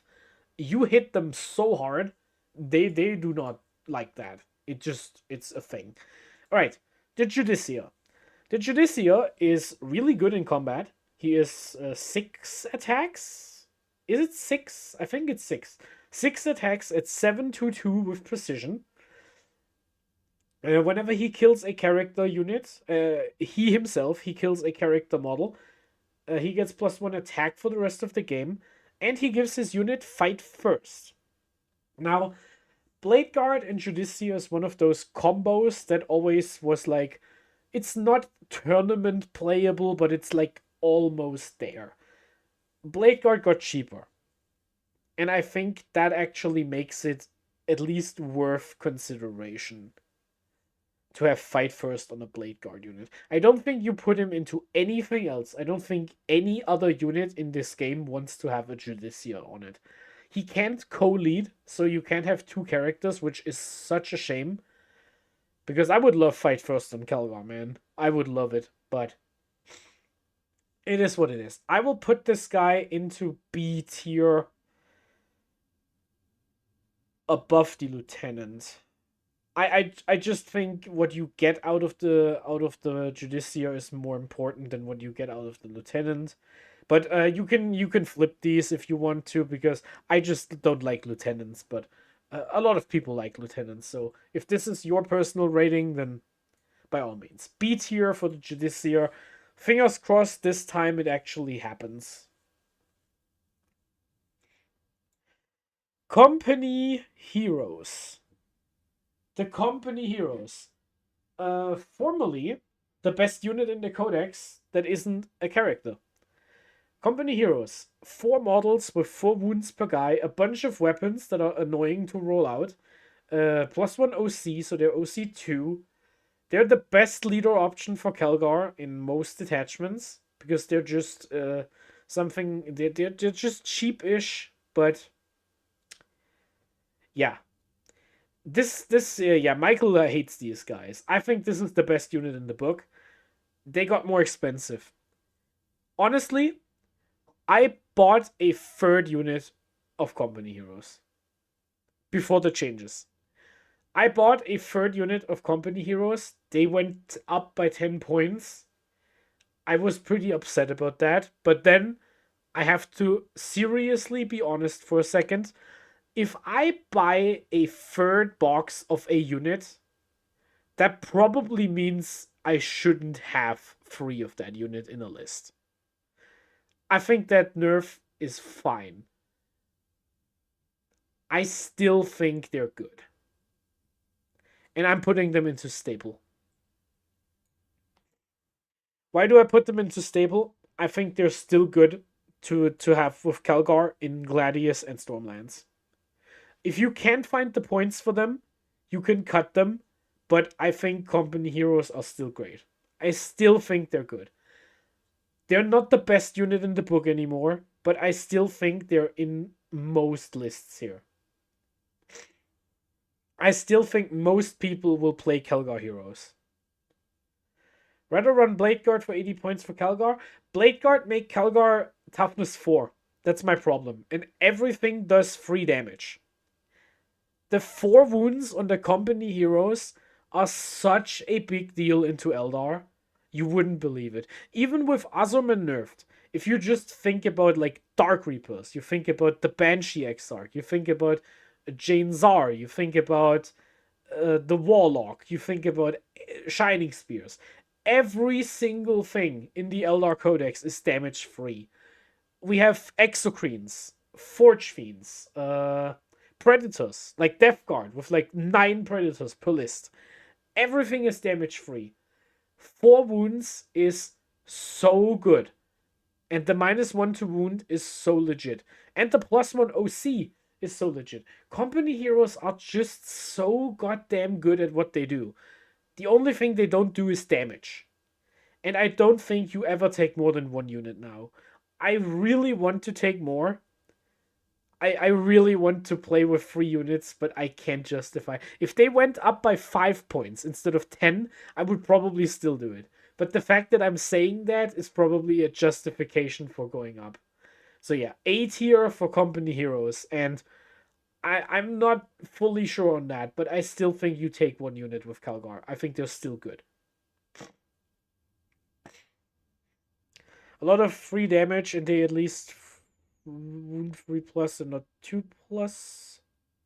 Yeah, you never get wounded on 2+ unless your opponent has a +1 or is ignoring modifiers, which, to be fair, Necrons and Death Guard are armies that exist, but it is a thing. Next unit. The Regular Intercessor. Regular Intercessors are really good. Regular Intercessors are so good. Excuse me, I had something going on the second monitor. Here we go. Regular Intercessors are fantastic.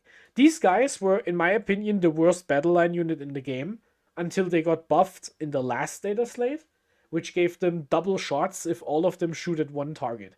They have Assault and Heavy, which makes them relevant for Stormlands because you can advance, shoot, and charge. It makes them relevant for Anvil Siege Force because if you stand still, you get +1 to wound.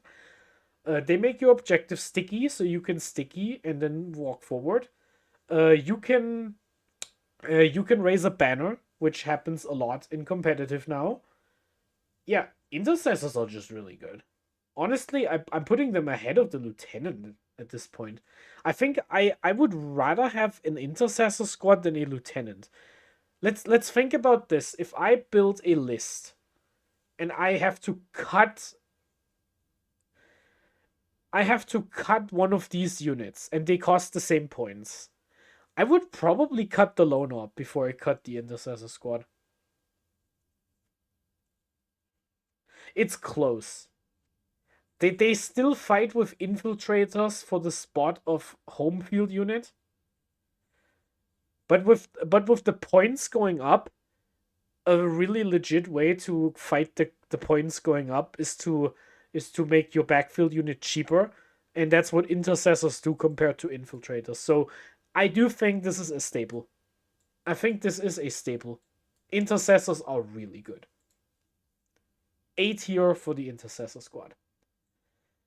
Next, we have the Assault Intercessors with Jump Pack. Assault Intercessors with Jump Pack. These guys fly 12 inches. They have Deep Strike. They do mortal wounds, allegedly. It never happens when I charge, but apparently they do mortal wounds when they charge. They have a Power Fist and 2 Plasma Pistols, and they like Advance and Charge. This unit is pretty good, actually. I think this is playable. I think I'm putting this top of playable. Yeah, I think I'm putting this like top, like behind the Biologist. 90 points is a lot compared to the 80-point options because all the 80-point units in Codex Space Marines are pretty legit. I think Reivers do fight with them for space in your list, but I do think the access to mortal wounds is actually pretty important, and flying 12 inches is also pretty good. Yeah, I think Assault Intercessors with Jump Packs are pretty good. They also do a thing, which is if you play 10 of them in your list and you put them behind buildings, if your opponent tries to push you, you can charge them back. That is the thing. The only thing I don't like about them is they're terrible against Inari.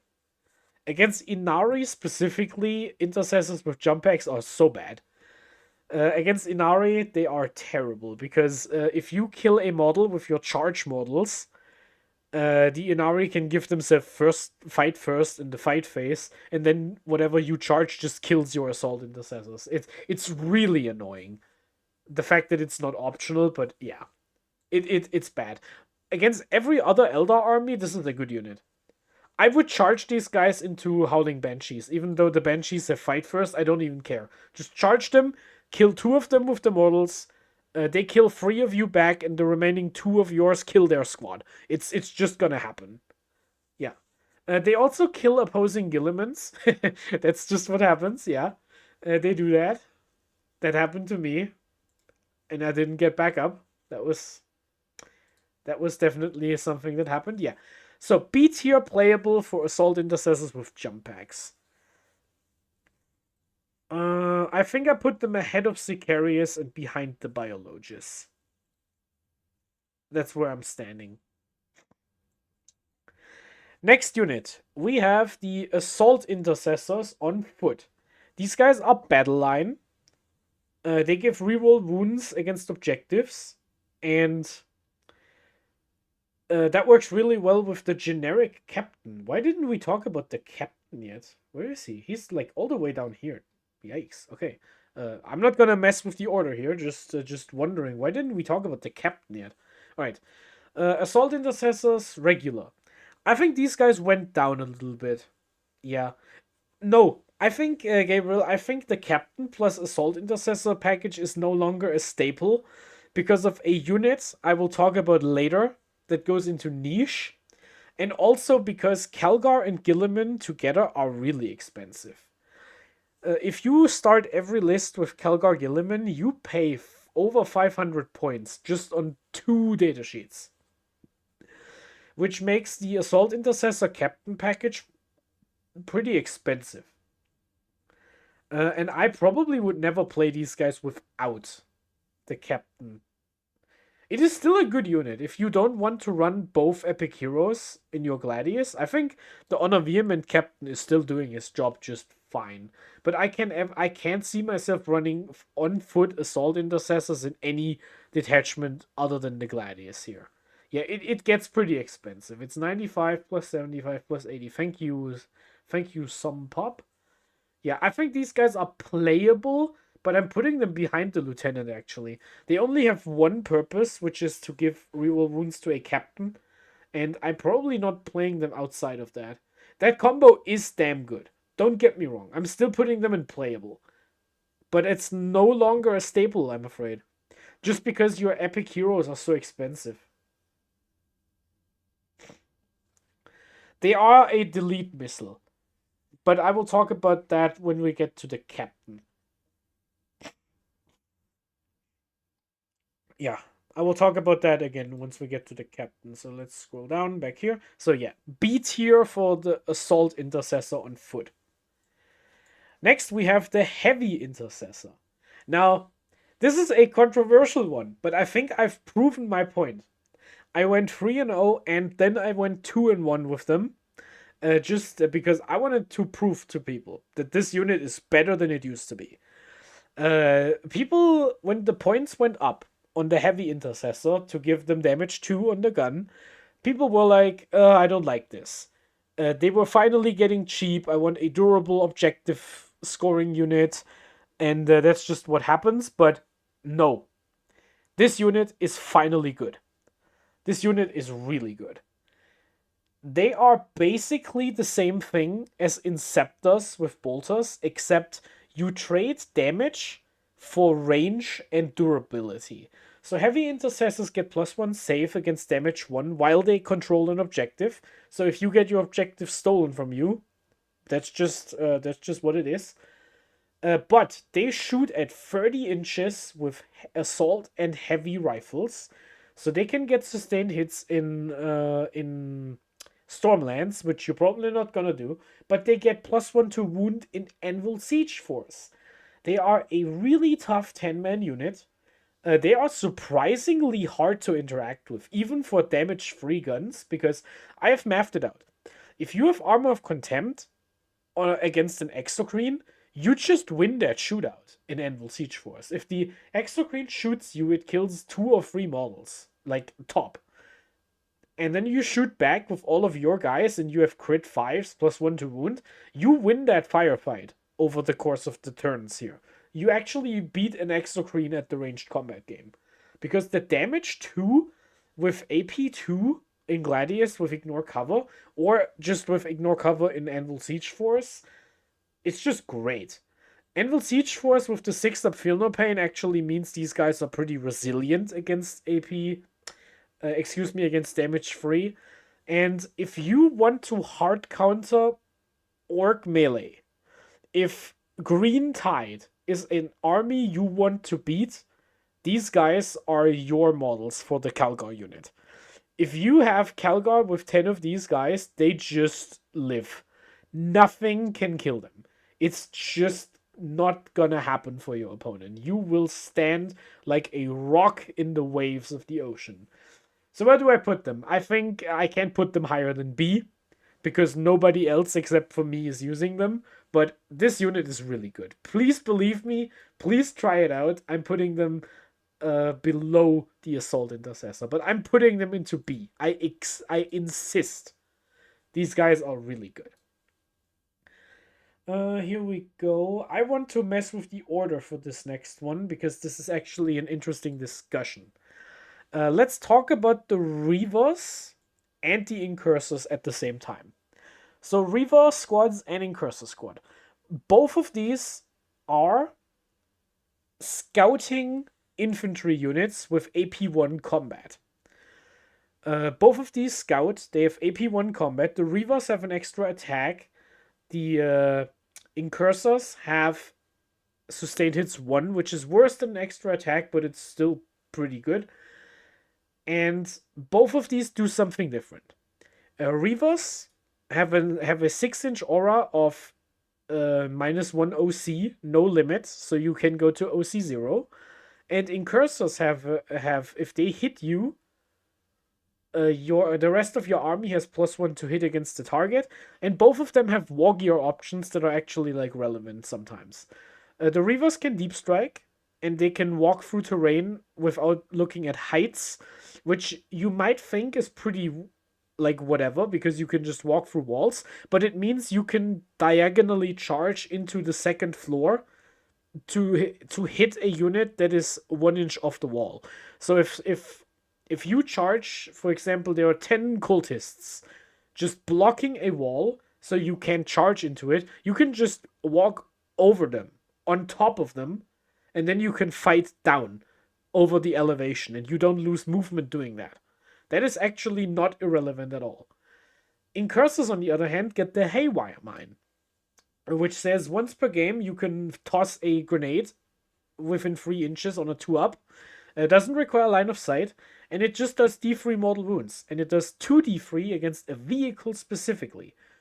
This is really strong, because you can just advance and charge into a tank and then throw the grenade in the fight phase, basically, the mine, and just, I domed a Lancer for 6 mortal wounds last weekend. It was pretty sick.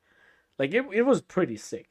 And it also means it is really difficult to dislodge a unit of Incursors from an objective marker behind a wall with a unit that is, like, flimsy.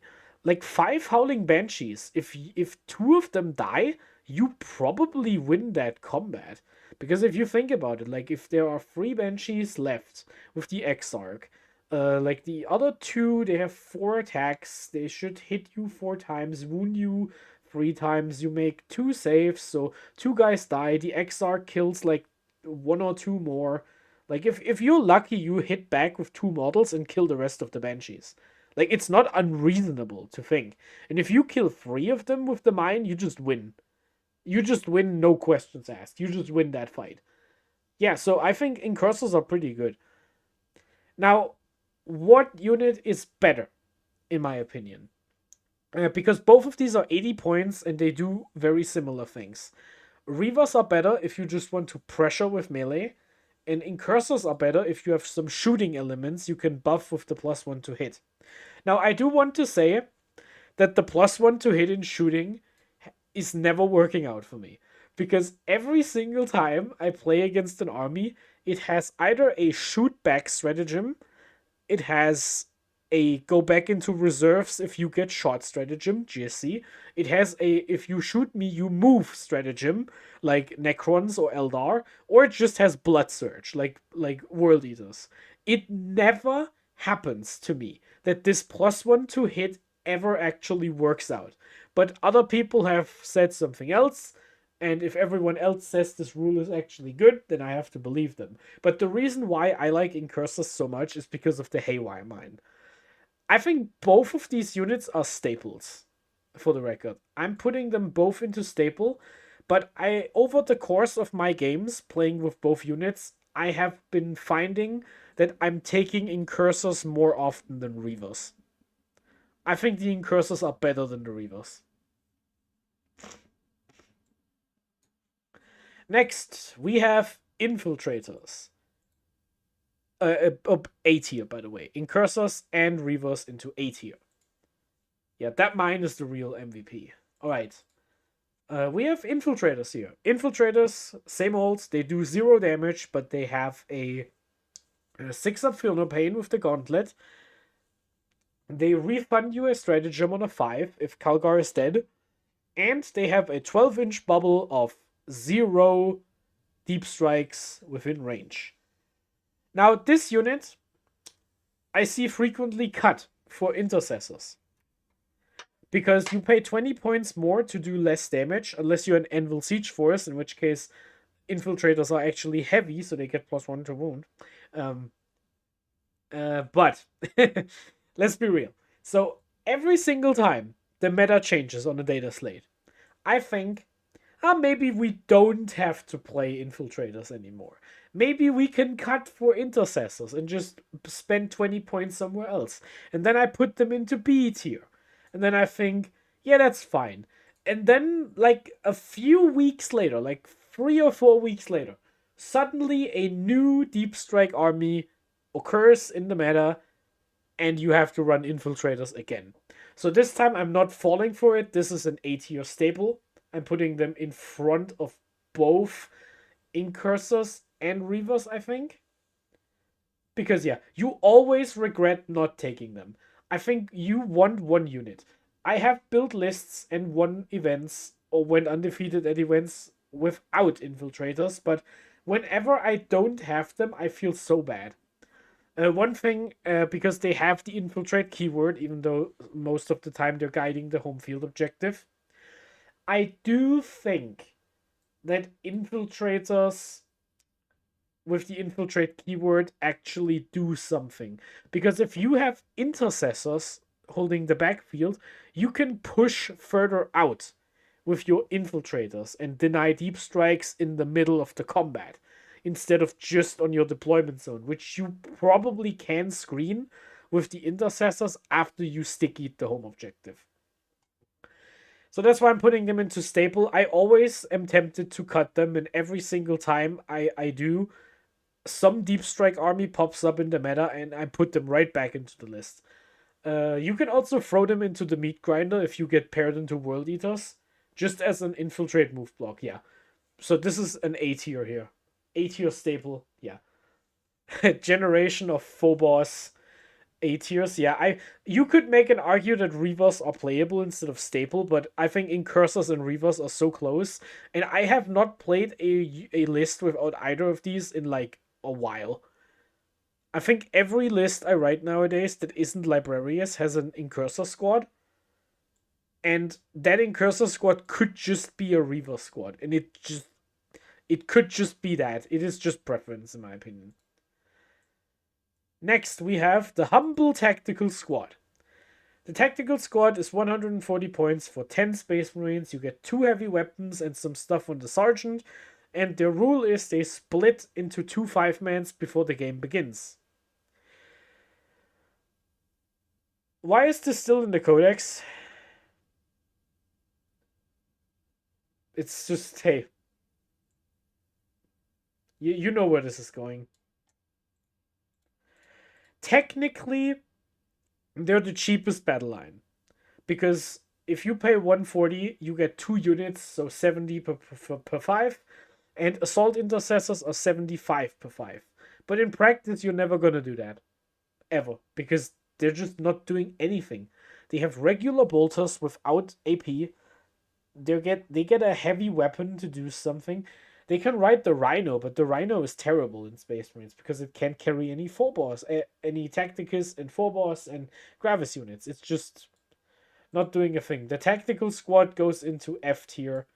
I'm putting it in front of the Apothecary because at least you can get 2 units to do stuff. I also do not respect firing deck in Ironstorm to do something, because that means you're buying a Rhino, and Rhinos are bad. Next, we have the Scout Squad. Now, last time I didn't put them into S tier because, hey, it's the Scout Squad. They got nerfed in every single datasheet except for the last one, a data slate. They started at 55 points, and I ran three squads in every single list. Then they went to 65, and I ran 2 squads in every list. Now they're 70 points, but their knives got buffed to AP1, which is not nothing. And now I just run 1 unit in every list. However, I still run 1 unit in every single list. And that is why Scouts go into S tier. Scouts have Infiltrate and Scout, which means you can deploy forward and then scout back to safety. They have up-down, so if they survive, you can put them back into reserves and bring them back into score. They're cheap. They're still they're the cheapest unit you can buy. Not model, unit. They're the cheapest, like, squad of dudes you can buy. And I always have a unit in my list, except for that one time I played Librarius Conclave. But again, Librarius Conclave could also just be the C tier. The C tier could just be C is good in Conclave. That's just what it is. So yeah, Scouts are auto-include, in my opinion. You always run 1 unit. Every single time. If you don't, you will regret it.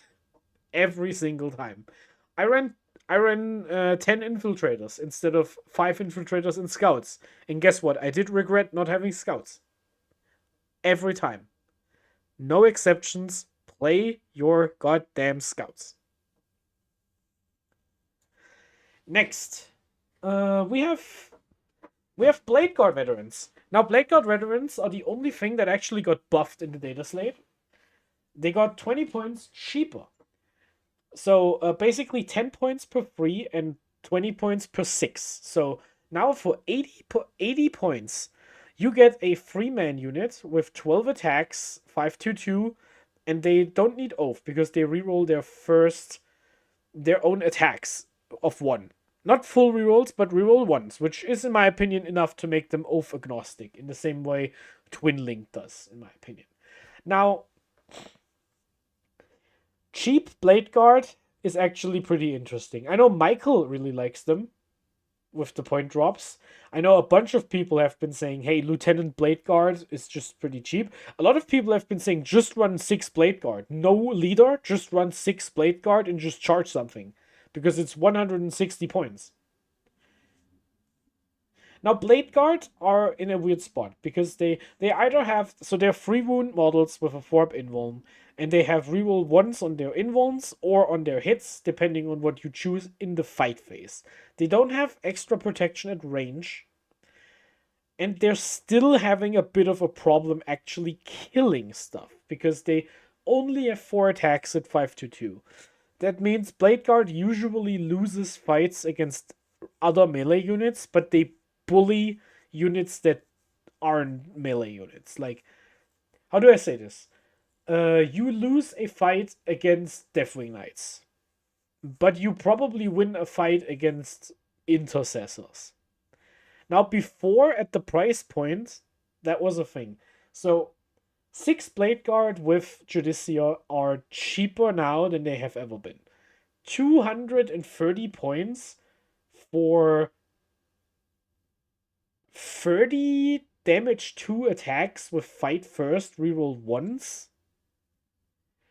230. That is 20 points cheaper than Calgar. Like, that is a lot of stuff. So I think that's good. The other thing is, and that I've been thinking about that because I have been returning mentally to, remember 9th edition, when 2 Victrix Guard models, separate from Calgar, just the Victrix Guard, had a 3-up invuln, and it was a 2-model unit for 70 points. Now, it is worse, I think, but 80 points for just 3 dudes with an invuln that probably win a fight against like Storm Boys or something. That isn't bad. That might actually be the best spot for them. Maybe it is neither the fight first break or the big break, but it might just be a good action unit now. Like, it's just a skirmish unit. I know Blood Angels should just run 3 units of these. If you're in Blood Angels, run 9 of them in 3 units and just charge random stuff. Because they're pretty scary. But I think in Ultramarines, you still have the +1 to wound off if you need it. They're the same cost as an Intercessor Squad. That is just cheap. Now, where do I put the Bladeguard? I'm not going to put the Bladeguard into A tier because I haven't seen them actually put up results yet. But I do think they have a chance. I do think B is correct. I will put them ahead of the Judicia because they go together. But I think they maybe the 3-man unit is just good. I think the 3-man unit is just good. Lieutenant feels more all-rounder than the Judicia. I just don't like lieutenants. That's the whole problem. I know the lethal hits help them, but in order to get the most out of lethal hits, you probably want Oath. And once you have Oath, you probably shouldn't be fighting the thing that has Oath anyway. Like, I always get stuck on the lieutenant because I don't like lieutenants. Replace companies for Bladeguard for point concessions? Yeah, completely fair. I have been looking into... Like, I just poo-pooed it earlier to put Bladeguard with Calgar, but I do think that's actually a legitimate choice.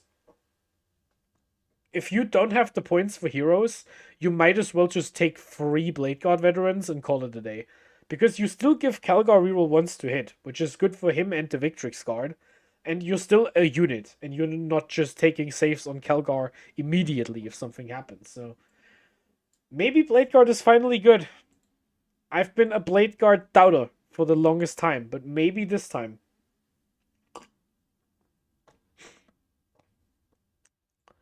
Next unit. Vanguard Veterans. Vanguard Veterans are pretty terrible. They have a bunch of stuff, but it doesn't matter. What do they do? If they charge, they do lethal hits or something? Is that their rule? Is that what they do? They get lethal hits if they charge. They have like 5 attacks at 5/1/1, which is like a slightly better chainsword. Yeah, these guys are pretty bad. C tier, I don't think they have a niche. I think they're pretty bad. Let's think about this.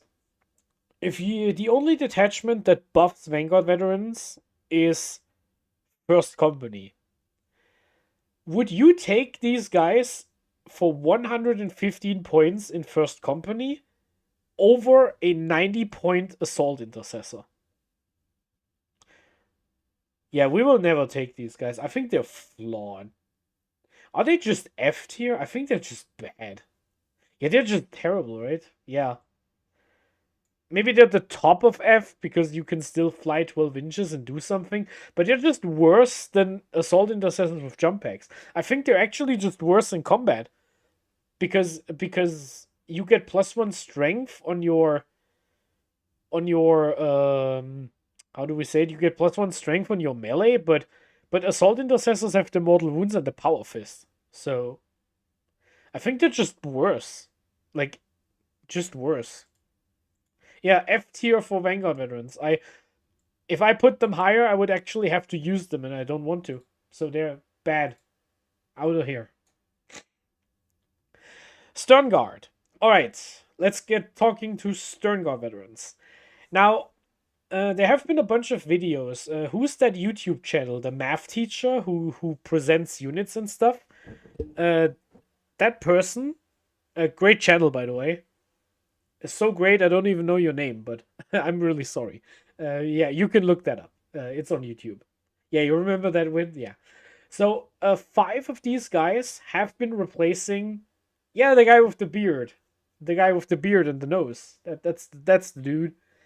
So these guys have been replacing, as 5-man units, the Assault Intercessors on the Captain package. Because you need to blow your oath... But if you do, you get full rerolls to wound on your captain without being on an objective. That's the argument I always hear on the Discord for them. 5-man Sternguard with a captain instead of the Assault Intercessors. Here's what I don't like about that combo. You pay 25 points extra, and we are strapped for points since the nerfs. We are strapped for points. You need to have Oath, otherwise your unit doesn't do anything. Assault Intercessors always work. They don't need Oath. And the problem is, if you put your second Oath on the thing you want to charge with them, and you miss on your first Oath because your opponent just rolled all their saves against your Ballistus Dreadnoughts, and their Oath survives, and now the new Oath doesn't happen, and your Sternguard charges in with no rerolls, you are so screwed. It is so bad. That is why I don't like this combo at all. I think it's too expensive, and I think it's just worse than having an OC2 unit with always on rerolls. Even without the objective marker, you still reroll once, which on the strength 10 Lance Captain is probably more than enough. It's a one-shot missile, but it always needs Oath. That's my problem. And for 250 points, you could just do the same thing with Assault Intercessors, and it's just the same in my opinion.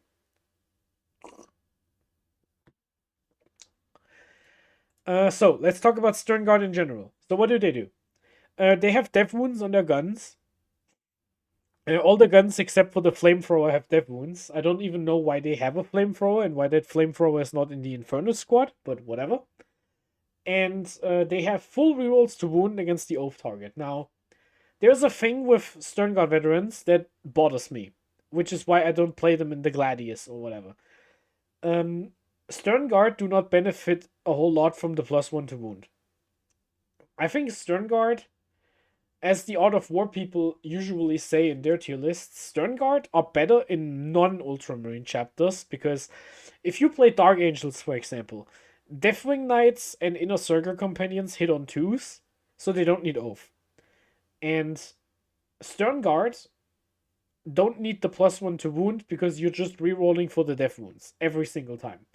So what happens is Dark Angels just use the the Sternguard as their Oath outlet. Yes, with Azrael. Thank you, Sumpop. Yeah. So they just use that as their outlet for Oath, while all the other units are good without Oath. In Ultramarines, we want to have good units for Oath. And I don't think the Sternguard is that good, like, as a generic unit. I don't think they do enough damage with Oath, because they don't really use the +1 to wound that much. That's what the thing is with the Sternguard. Now, I said all of these words. Do I still put them into A tier? Because in Librarius Conclave, this unit is busted as hell. Do I still put them into Conclave? Because they are busted as hell in Conclave. That unit with the Librarian and Fusillade is so broken. It kills anything. And if they shoot you back, that happened every single game with Librarius. You kill a tank, you just snap it out of the game. And then they shoot you back, and they kill like 7 of your Sternguard. They kill like 6 or 7 models, because you have the Forb Invuln, you have Armor of Contempt if you need it, if they shoot you with no AP. And the thing is, the 2 surviving models with the Heavy Bolter, with the Librarian rule, they still one-hit a vehicle most of the time. Because most of the damage comes from the Heavy Bolters, having death wounds on 5s with full rerolls. Is that good enough to put them above B into A? I don't think so, because you only do that in one detachment.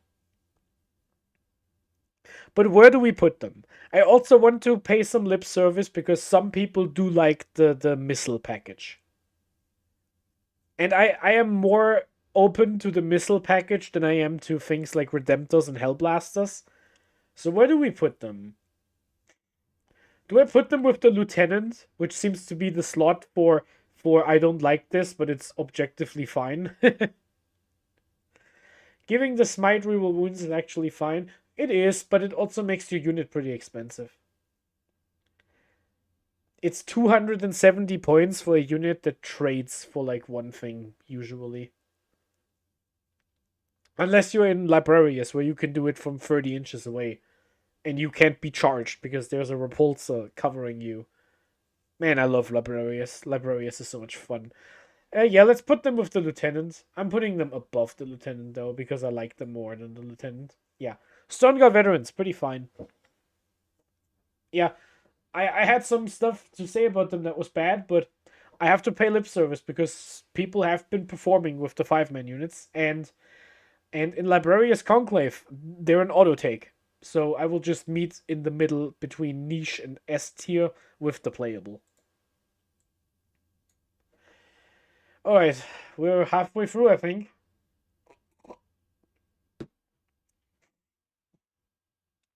Let me blow my nose for a second. I'm getting a bit stuffy here.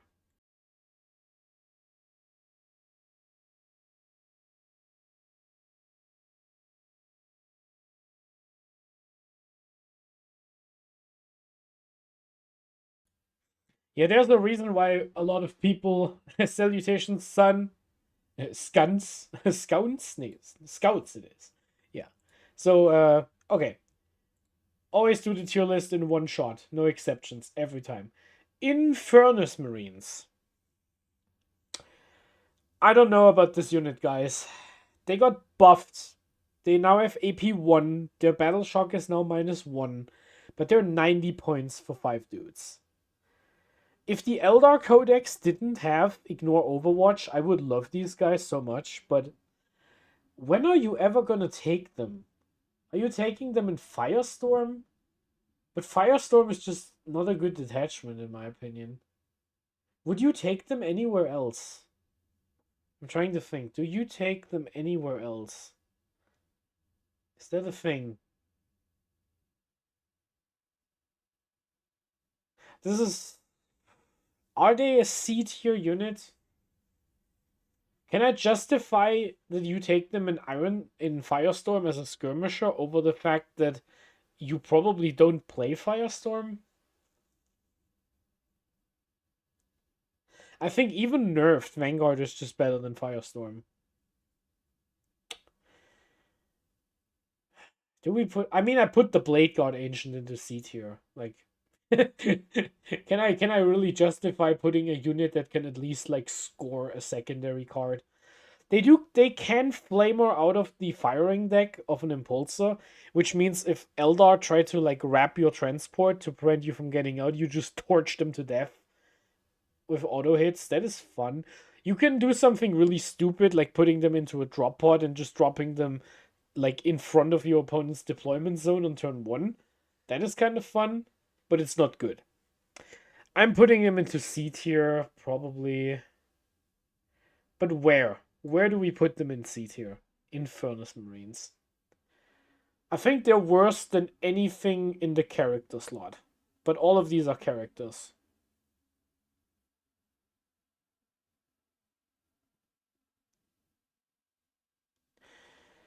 Are they better than the Pack Chaplain? Probably. Yeah, probably. Land Raider combos? What is the Land Raider combo? I don't see that happening. Let me close a window here. Yeah. No, don't make noise, please. Just close. All right. Let's reduce the little the workload on the PC. Yeah. So I'm putting them into D tier. Into C tier. Infernus Marines ahead of the Pack Chaplain. That's where they go. Aggressors. Aggressors are such a good unit. They are great. Aggressors are combat. They only have 3 attacks, but it's strength 8 and is twin linked. Aggressors have Bolt Storm Gauntlets and Frag Storms with Blast, which does so much damage to a horde with +1 to wound. They can have Flamers, which is so good with Calgar to just have a unit that doesn't need Oath to do work. In Firestorm, you can just fish for 6s on your death wounds. All of that is so good, but the only thing that holds this unit back is just the stupid points. Aggressors are way too expensive. 240 is just so much. I think they're just worse than heavy intercessors for the same points.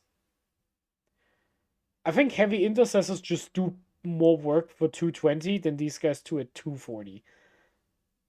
I think they're just overcosted, but everything they do is just good. +1 AP against the closest target. They do have a problem in Gladius specifically, which is without Marneus Calgar, you can't advance and shoot and charge. You can only do that in Stormlands, but in Stormlands we have better things to do than running aggressors. I can't put them in C tier, I think. Can I?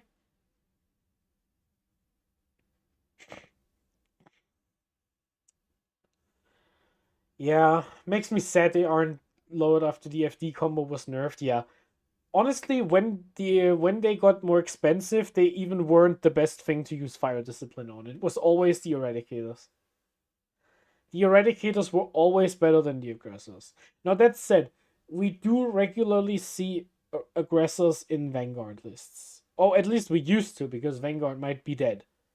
Because some people just didn't like the Eradicators. Are they niche or are they playable? Do I put them in front of Uriel? I played them in Anvil Siege Force for Calgar just to relive the old days, but they didn't do anything. They just died every single game. And I should have just played 6 extra Eradicators instead and saved 40 points. I think I'm putting them into niche because of Firestorm. But unlike Infernus Marines, I can potentially see taking them in Gladius again. The Gladius unit with Calgar and the Flamestorms, I really like them. Yeah, it's all bark, no bite. Man, if Eldar didn't screw with me so much with the no Overwatch, I would like them. Here's the thing though, they are your best source of blast in like generic detachments. No, they're not actually. Are they niche? Are they niche or are they playable? This is where I'm standing. Are they niche or are they playable?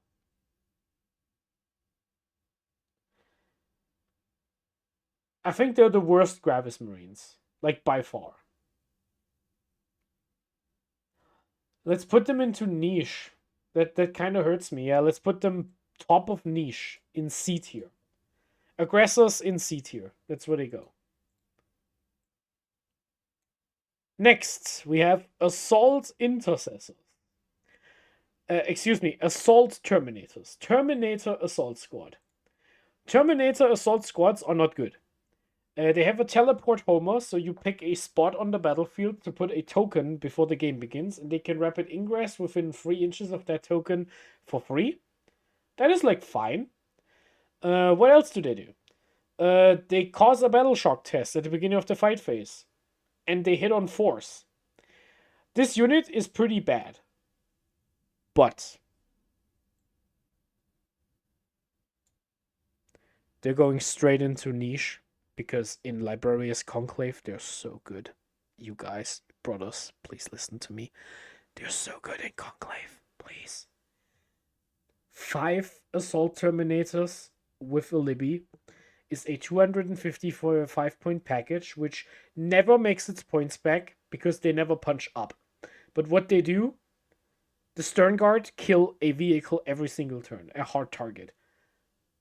All of your mortal wounds kill elite infantry. This is a unit that cannot be skirmished with.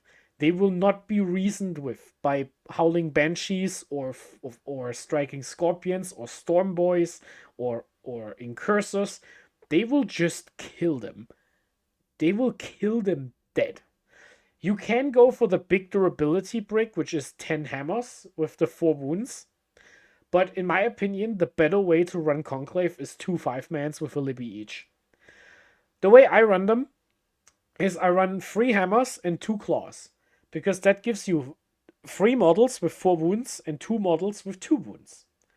They have their own rerolls in Conclave, because you pick reroll once to wound and hit for most of the game. They have... The wound split is so annoying, because if your opponent shoots you with damage 3, you're putting the wounds on the 4 damage guys. If they shoot you with damage 4 or damage 2, you put it on the 2 damage, on the 3 wound guys. There is no way to efficiently shoot this mix of models. And you still have the 4-up invuln and the 2-up save.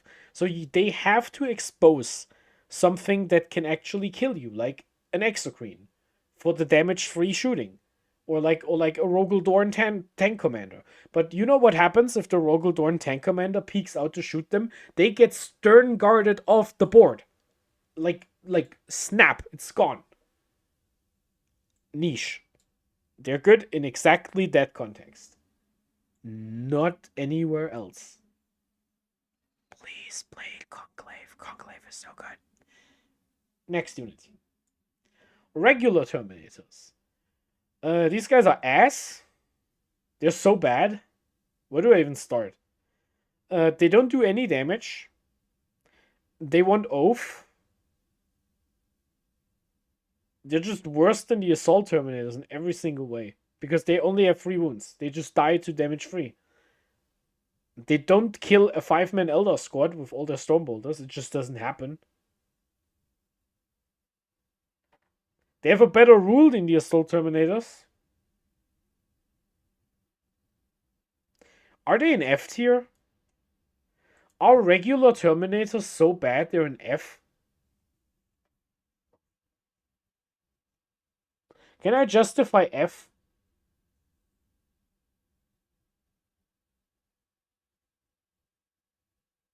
Brothers, help me out. What do I do with regular Terminators?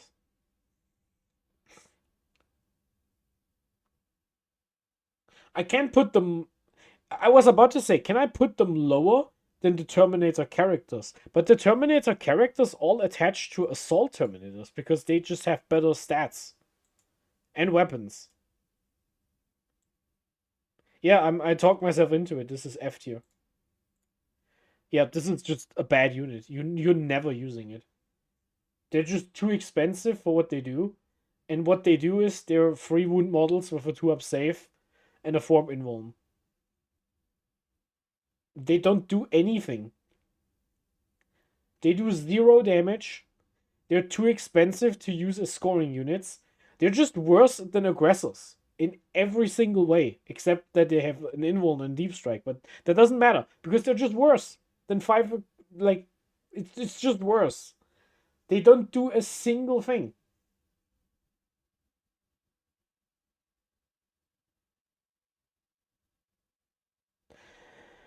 Okay, fine. They can live next to the captain, but I'm not happy about it. Like, it's just not good. They're just not good at all. All right. Terminators in D tier next to the captain. I'm moving the Phobos Lieutenant up. Because it's just like anti-ancient. I am more likely to spend 50 points on like a cheap character than I am on regular Terminators being buffed at all. In any way. That's just what happens. Alright, next unit. Those are Assault Centurions. Alright. Let's go on a little journey, brothers, because Assault Centurions are really good. Now, listen. Okay. Listen, I know, the Stormlands got worse.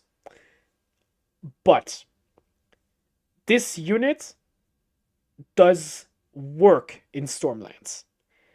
I run 3 of them. I put them in the Storm Raven. When the Storm Raven pokes out to drop off a Ballistus and shoot something off the board, I also drop off the Assault Centurions into a staging spot. Assault Centurions in the Stormlands can advance and charge, always. They can advance and shoot for 1 command point, and their guns are legitimately good. You get 3 Twin-Link Melters, which can just blow up a Rhino. And they have 18 shots with bolters in rapid fire range. 18 shots. That just kills a 5-man elf squad every time. It's twin-linked. 18 twin-linked shots. That is so many bullets. You just kill 5 banshees every time.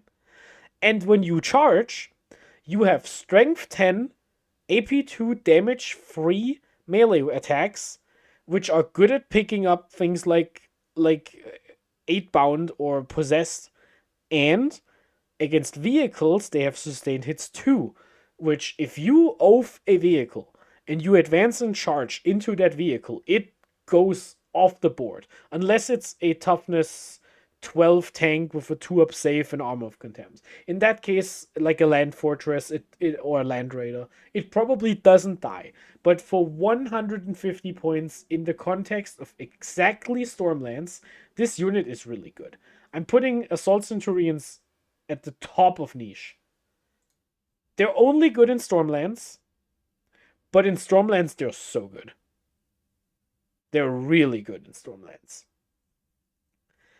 C tier. Next. Centurion Devastators.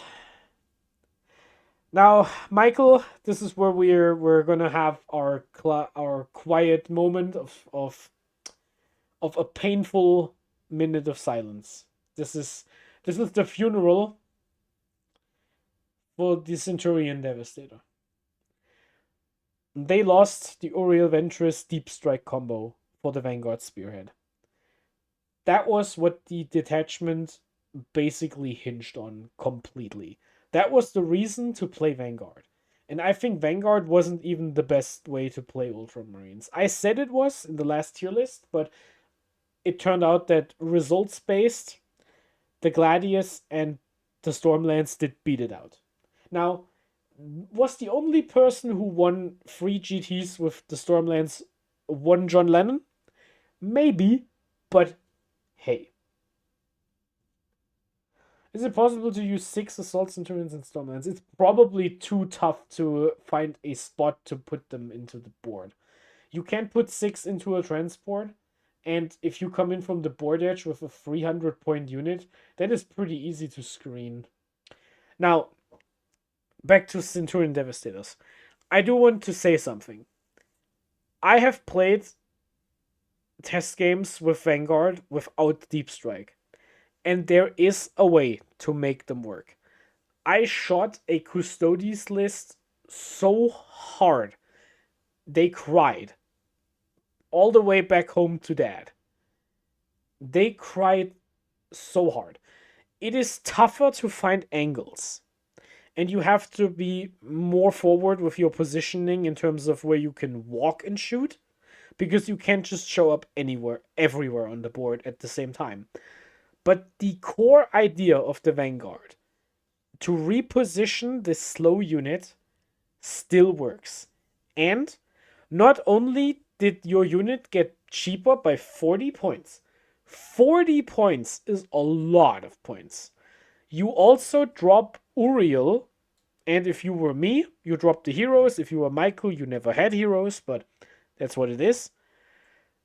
That means you get an Inceptor Squad into your list, just for free. Or if you pay for Calgar, you get a Hammer Strike, for free. The Vanguard took a serious hit. I don't know if it can still win GTs or whatever. I'm willing to try, because I thought my testing game went well enough. I'm putting them into niche, behind the assaults, for the reason that I think Stormlands is better than Vanguard. But I do think it works because of one interaction. And I will point out that interaction when we get to it. C tier for Centurion Devastators. Next unit, the Invictor Tactical Warsuit. This guy is flawed, but I have been seriously looking at it. I have been thinking about it, which sounds crazy because if Eldar get line of sight to this thing, it's dead every single time. Can't overwatch 5 fire dragons, it's gone. But it has Scout 8. It has a flamethrower, and it does skirmish pretty well, honestly. Because what people never consider is, on top of the flamethrower, you also have a D6 shot blast weapon. You have 6 rapid fire shots with the twin linked stubber, and you have 3 shots with the heavy bolter with sustain.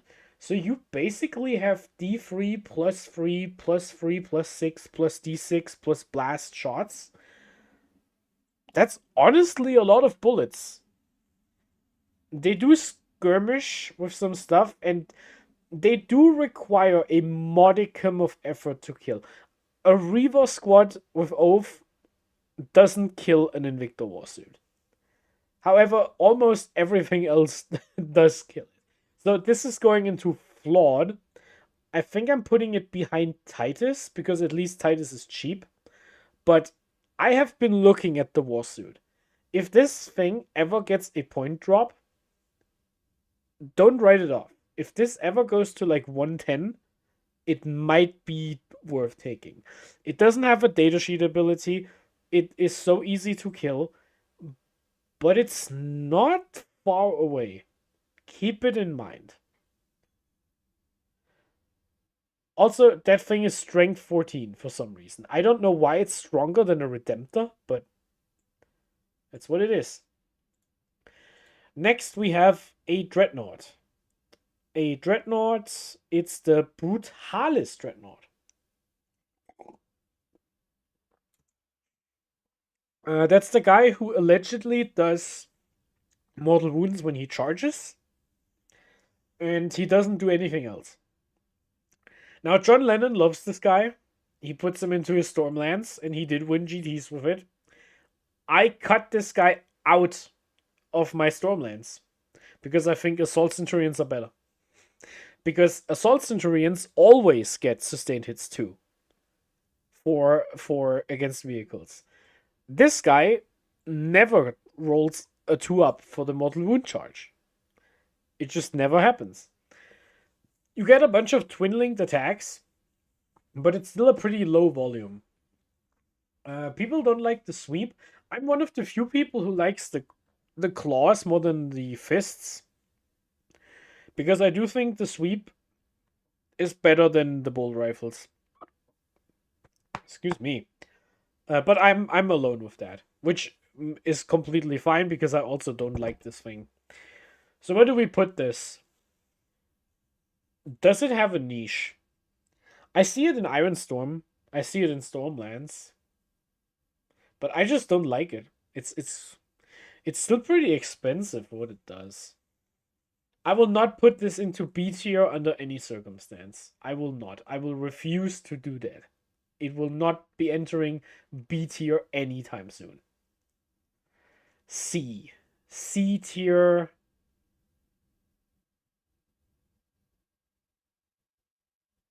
I'm putting this with the Infernus Marines. I'm just as likely to take a Brutalis Dread as I am taking an Infernus Marine. I don't like this thing. I don't like it at all. I don't like the Brutalis Dreadnought. It has never worked out for me. Speaking of never working out, this little guy without leg day is the regular Dreadnought. The regular Dreadnought is more expensive than a Ballistus Dreadnought, and it gives reroll once to hit for infantry units within 6 inches. F. I'm actually putting this like bottom of F. This thing is so bad. You get so few shots out of this thing. You get 2 shots out of it. If you take Last Cannon Rocket Launcher, you reroll once for infantry to hit, but it moves 6 inches. You never move far enough away from this thing to not be out of the aura. And if this thing moves with the aura, it just dies. It's like T9 with like 8 wounds or something. It just dies. This thing is so bad. It's unbelievable. Irredeemable. It's garbage. Terrible. Next we have, this is the Redemptor Dreadnought. I know all of these icons look the same, but I can tell on the little dots. This is the Redemptor Dreadnought. The Redemptor Dreadnought is going into flawed without any discussions. This thing sucks. It's not good. It's not F, because at least it has like the niche of damage to combat armies without good AP. Hate this thing. But it's just so expensive. It's so goddamn expensive. It's a worse Vindicator for more points than the Vindicator. I don't like Redemptor Dreadnoughts. The Redemptor Dreadnought is going into D tier. It's -1 damage, but everything ignores modifiers, and if you play against Chaos Knights, which are really good right now, Chaos Knights don't care. Yeah, and the Armor of Contempt nerf. That's completely right, Gabriel. It didn't go down in points when Armor of Contempt went down. Yeah, I think the Redemptor is flawed. I'm putting it ahead of the Invictor, because if I put it below the Invictor, people are going to yell at me. But I think it's like, the Redemptor Dreadnought needs to drop to like 190 before I even look at it. It doesn't do enough damage with its D6 plus 1 shot blast, which is like 2 shots blast every single time. All the other guns are like whatever, and it isn't that tough. You can kill it. If you shoot it, it dies. It's just gonna happen. Next Dreadnought, we have the Ballistus Dreadnought.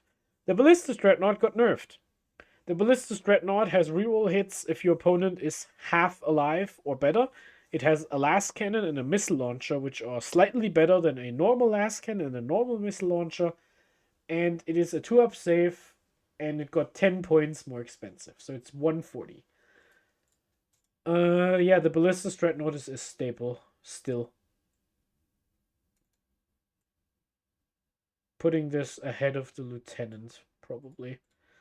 Yeah, even at 140, +1 to wound on Oath really helps this thing. It works without Oath. It is so safe. It is still cheap enough to run. I think people didn't play it when it was 140 before Oath, but I think with the Oath changes, you still play it. I think it's good enough for Ultramarines to still run. I think it's the best vehicle in the book. Maybe the Vindicator is still better, but yeah, I think it's still good. I think it's still A tier. I put it way too low. I still put it in A tier last time, I think, but I put it lower than a lot of other stuff. I think the Ballistus Dreadnought is really good. And I play it in pretty much every single list just as a long-range gun. I think it beats the Lancer pretty handily. Next. Suppressors. Suppressors are pretty good. Suppressors are a cheap unit. They are 75 points for a unit that moves 12 inches with fly. They have deep strike, they can do actions, and they do, if they hit something, that something is -1 to hit you for 1 turn for as long as the suppressors are alive. That part is the part that sucks. They have to be alive. I'm pretty sure. Suppressor Squad. After this model is shot until the start of your next turn while this model is on the battlefield. So if they kill your suppressor, you don't get the buff.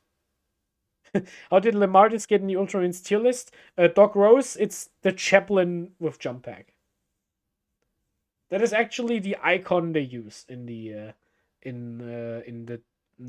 store for the regular Chaplain. Alright, so, where were we? Suppressors. So the fact that they have to be alive for the -1 to hit to stay actually makes them a lot worse than I thought they were. I played that wrong a lot of times. Now, to be fair, no one ever shot them because they weren't worth shooting at, but it's something that happened. Now, what do? They have an autocannon that never hits anything because it hits on force, and it never kills anything because it has AP1. And that never does anything. They have lost me games because they just would not kill anything. Ever. Ever. They never kill anything. Yeah. Here's the thing, though. If you have multiple units of these together, they can kill something. And they are action monkeys. And they are really, really cheap. in Germany in specifically, where the best army in the game is Wotan, and it will forever be Wotan. Wotan is winning every single thing over here. Wotan is busted in this country. These guys in Vanguard Spearhead help you counteract judgment tokens, which was more valuable when Vanguard was a good army, but it is what it is. So these guys, they exceed niche in my opinion, because they are a cheap action monkey unit. Would you run scouts over suppressors? I think the answer is maybe, but not always. I think a unit that moves 12 and does an action and you don't care if it dies, I think that is a good spot for a unit to be. I'm putting them into B tier, but probably towards the end of B tier. I think I'm putting them behind the heavy intercessors. Yep. Let's put them behind a lot of stuff. They are pretty decent. I do think suppressors are perfectly fine.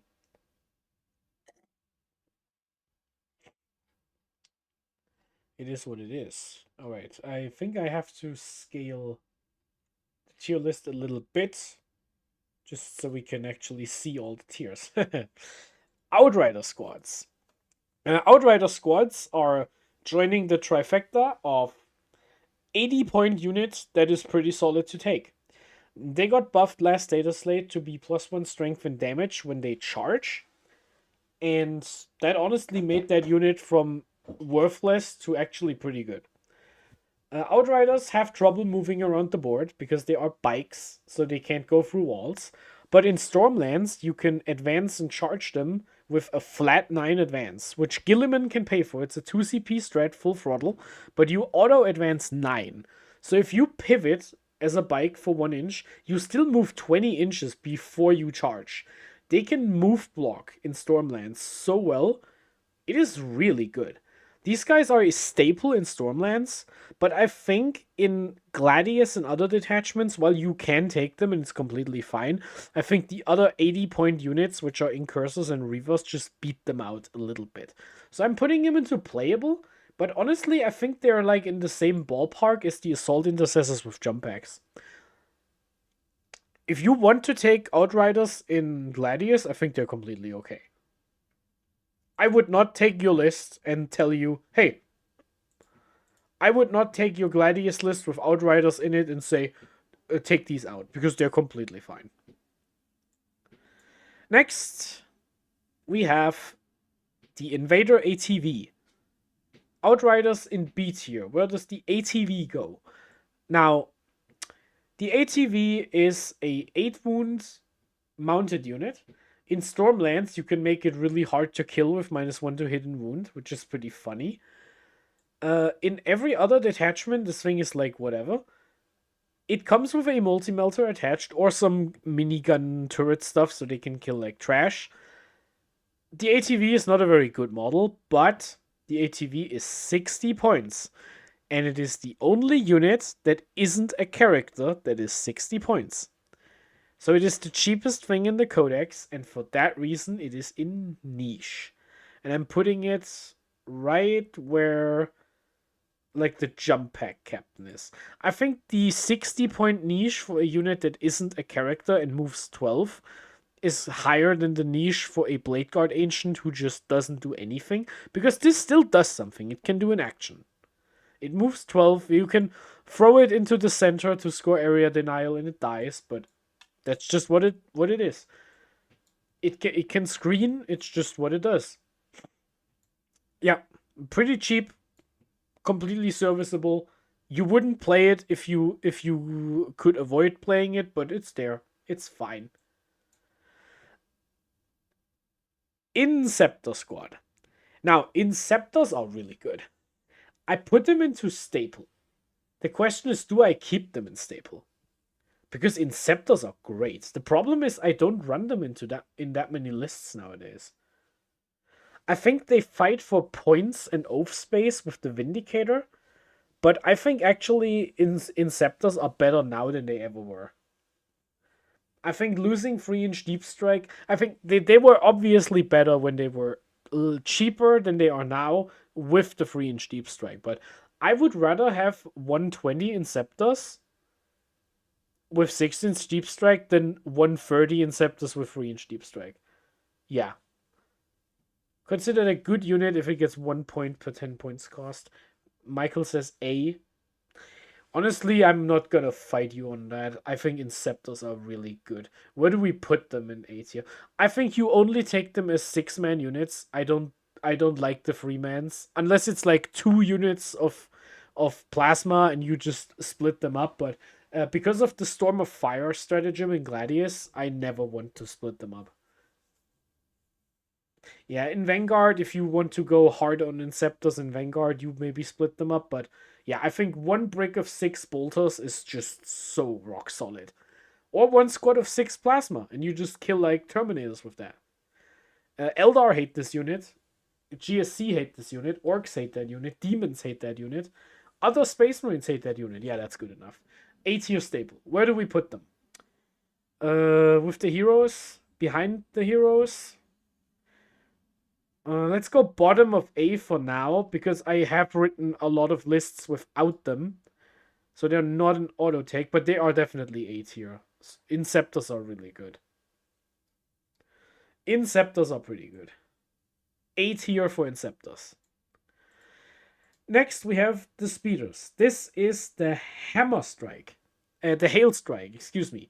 The Storm Speeder Hail Strike. This thing sucks. It's pretty bad.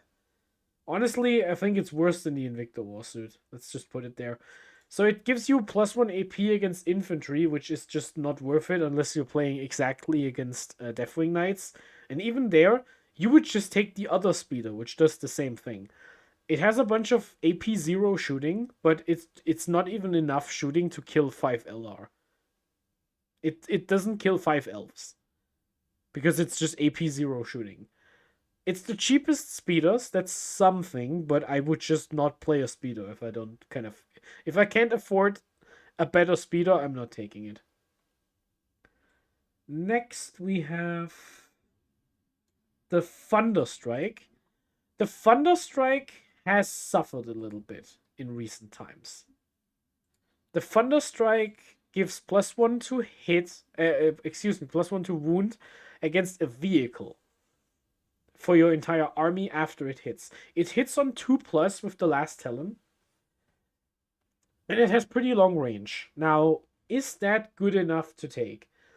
In Ultramarines, I don't think so. Maybe in Iron Storm, you take 1. You take 1 and 1 if you take 2 speeders. It is still pretty expensive for 150, I believe. Is it still 150 or is it 160? Let me check. The Thunderstrike. The Storm Speeder Thunderstrike is 150. I still think the Thunderstrike has a problem, which is it is almost the same point as a Ballistus. It is more expensive than a Ballistus and 10 points below a Lancer. I always think about this one thing. If you shoot 2 Lancers at a tank versus you shoot 1 Lancer and 1 Thunderstrike at a tank to give the Lancer +1 to wound, you should have just shot the 2 Lancers instead. It's just better, right? And if you want to kill a vehicle with the +1 to wound on your bolters, that's what you have Oath of Moment for. So I think this thing is actually flawed, but I think it's way better than the other one. It is way better in other chapters without +1 to wound, like Death Watch. I think it's pretty good in Death Watch. Is the niche in Iron Storm worth taking it? I don't know. I don't think so. I would rather have a Ballistus Dreadnought. Or I would just save points and run the better speeder. Yeah, I think this thing is also flawed. But I'm putting it in front of the Redemptor because it is at least trying its best to do something. And Titus is holding on to that D tier lead. Yeah, D tier for the Storm Speeder Thunderstrike. Now let's talk about the Storm Speeder Hammer Strike. The Hammer Strike is 125. If it hits something, it strips cover for the rest of your army, which is basically the same thing as AP unless you play against demons. It comes with 7 shots,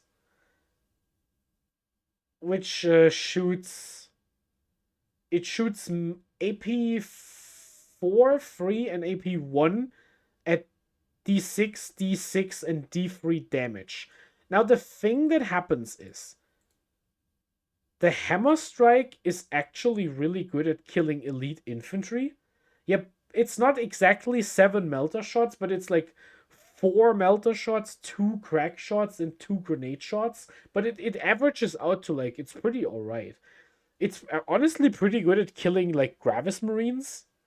And it works with the Ballistus to strip cover. You think it's B tier? I actually think it's A tier. I think the Hammer Strike is in A tier, actually. The Hammer Strike just works well with everything, and it's never like a useless unit, because it still has Deep Strike, it moves 14 inches. Oath is really good on it. It wounds Eldar tanks on freeze with Oath. Sadly, if you tag an Eldar tank for ignore cover, it just walks away with an agile token, which is so annoying. But yeah, honestly, I want to put this guy into A tier. I think in Stormlands you run 2. In Ironstorm you run 1 at least. And if you run 1 in Gladius, I'm not even gonna argue with you. I'm putting it into A tier. It buffs the Ballistus, it buffs the Inceptors. It's just good. I'm putting the Hammer Strike into A tier. It's pretty cheap. 125 is pretty good for a flying Rhino. Next, we have Hellblasters.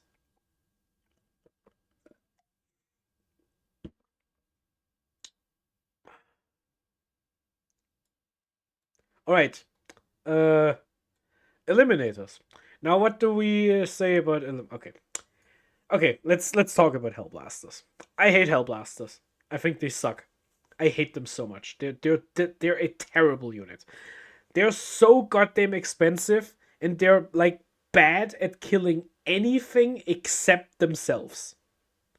And by that I mean Hellblasters are specifically good at killing 2 wound models with 3-up saves. That is all they do. I hate Hellblasters. They're so bad. But Mudkip just won a GT with 5 of them. I think 5 is like fine. I think 10-man Hellblaster bricks just don't do enough damage. Now they shoot on death on 3+, but that doesn't protect them from being punched to death. It doesn't protect them from being shot outside of 24. If it's a big brick, you can just charge them and kill them. Like, and what the hell do you do with 5? So the thing Mudkip did, Mudkip went 5-0 with them, with a unit of 5.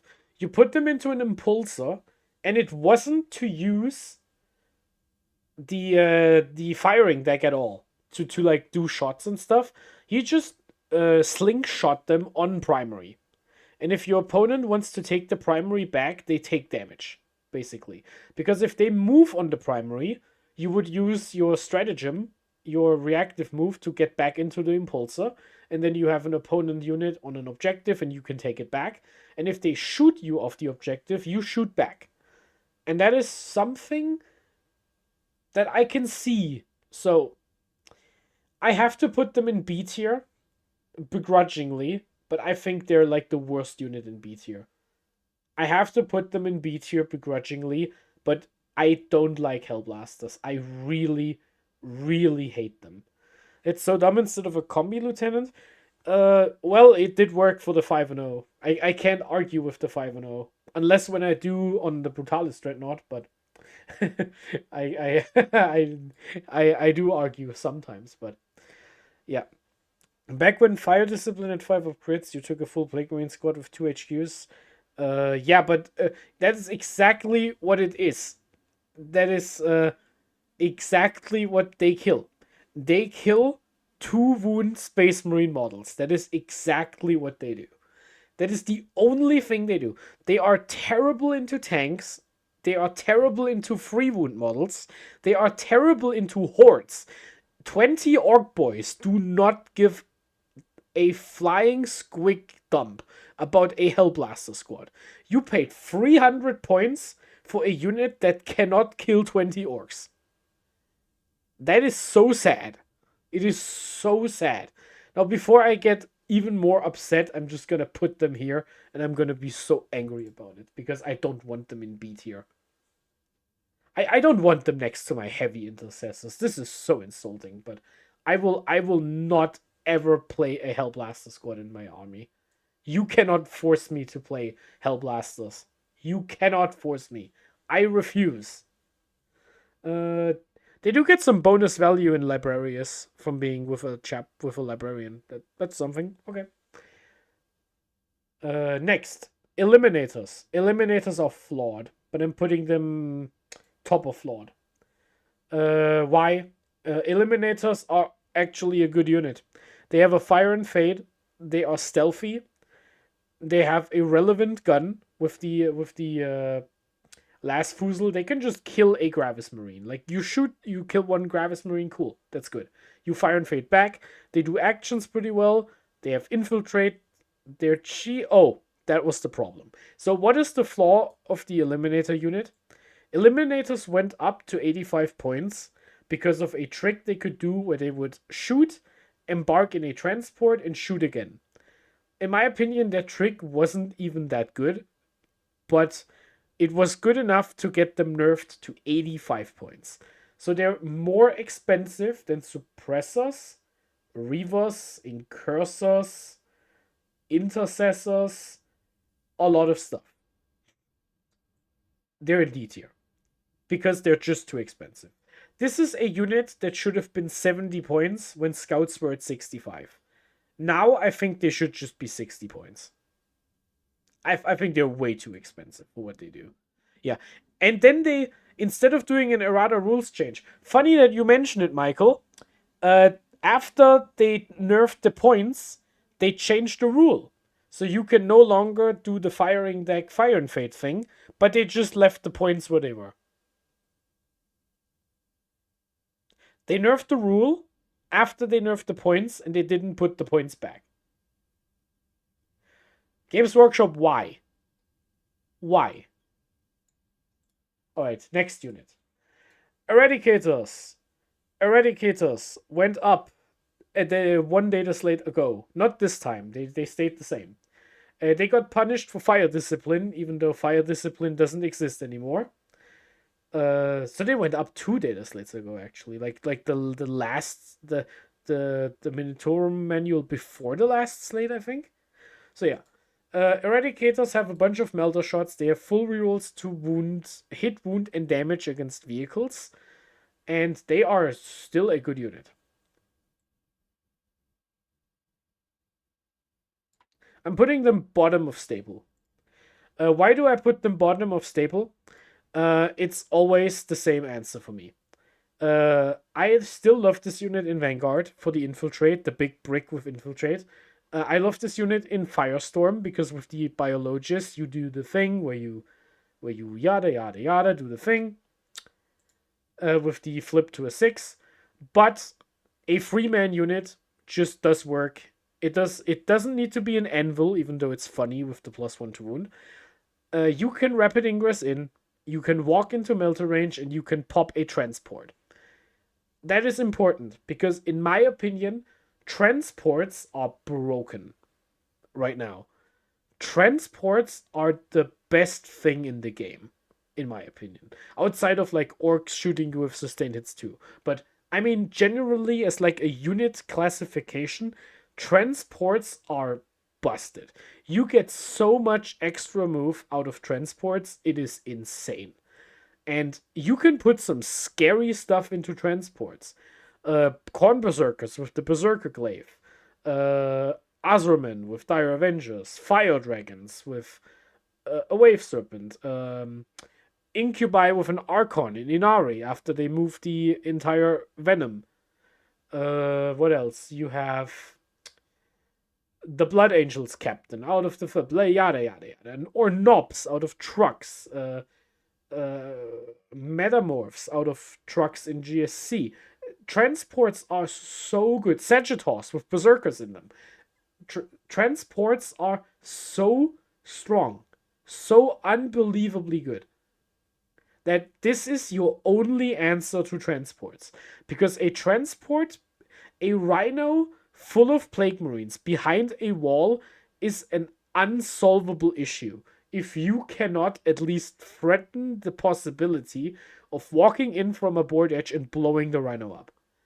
It is just what it is. And this is why I put them in staple. I run them in every list still. I didn't run them in Librarius because you can't give them the Psycho keyword, but it is what it is. Yeah, I really wish they would go back down to 95 points, because we don't have a 95-point unit right now.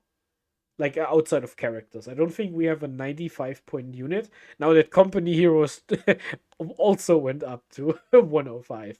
So that is a thing. I hope they never go up again, because Eradicators, I need them. I really need them. If I don't have my Eradicators, I don't know how to beat trucks.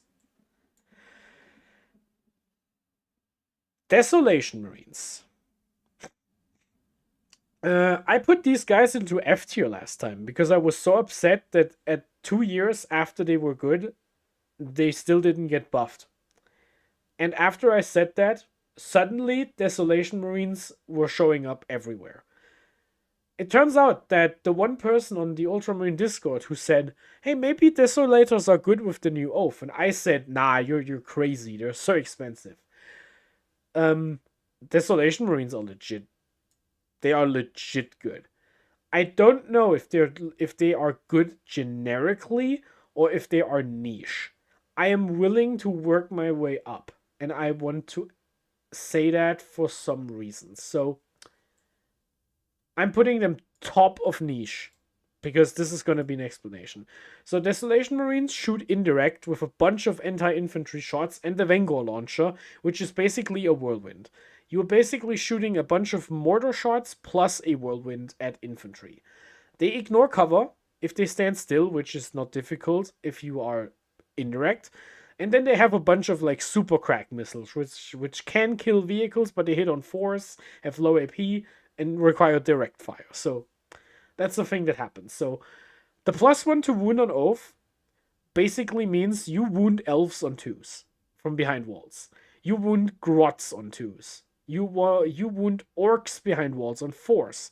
You have the blast keyword. You wound guardsmen on 2s. You wound scouts on 3s. Like, it makes a difference. But what is the niche? The niche is if you have a way to give Desolation Marines an AP buff, like in Vanguard Spearhead with Strike from the Shadows, or in Gladius, if you put them into Death Doctrine and then give them Storm of Fire, which you can afford with Guilliman. It's like 1 CP a turn, except for 1 turn in which it's free, basically. If you have a way to give them AP, or you play on UKTC terrain or old WTC boards with the big ruins, if you have access to Plunging Fire, to get the +1 AP, which is also something I poo-pooed when someone in the Discord said it. Hey, maybe they're good with Plunging Fire. I was like, nah, you're crazy. They're not good with Plunging Fire. And then I went 3-0 with Plunging Fire. So maybe I shouldn't even make videos. What the hell do I know?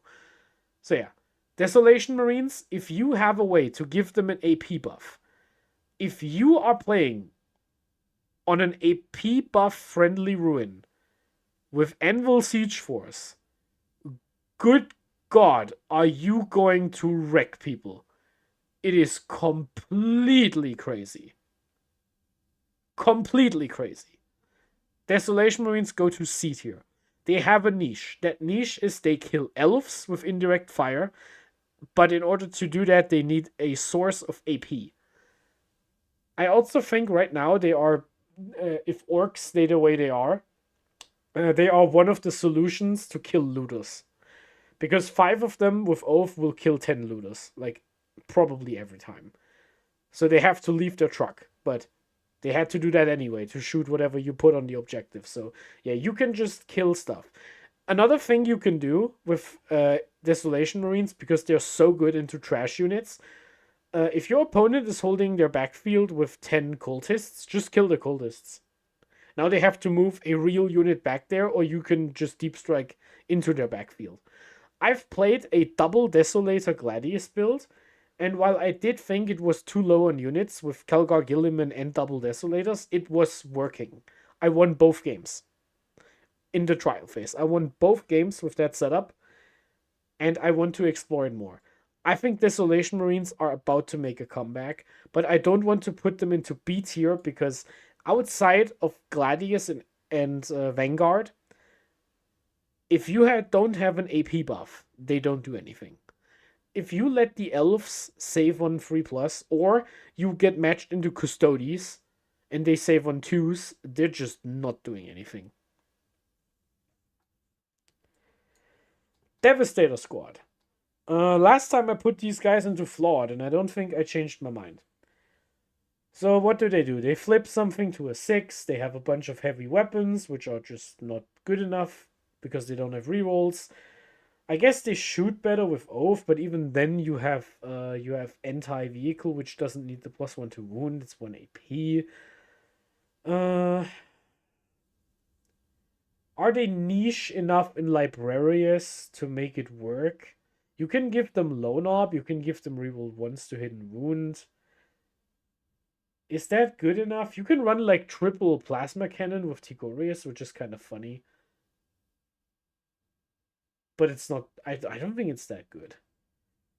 Does Librarius do enough to push them out of D tier? I don't know.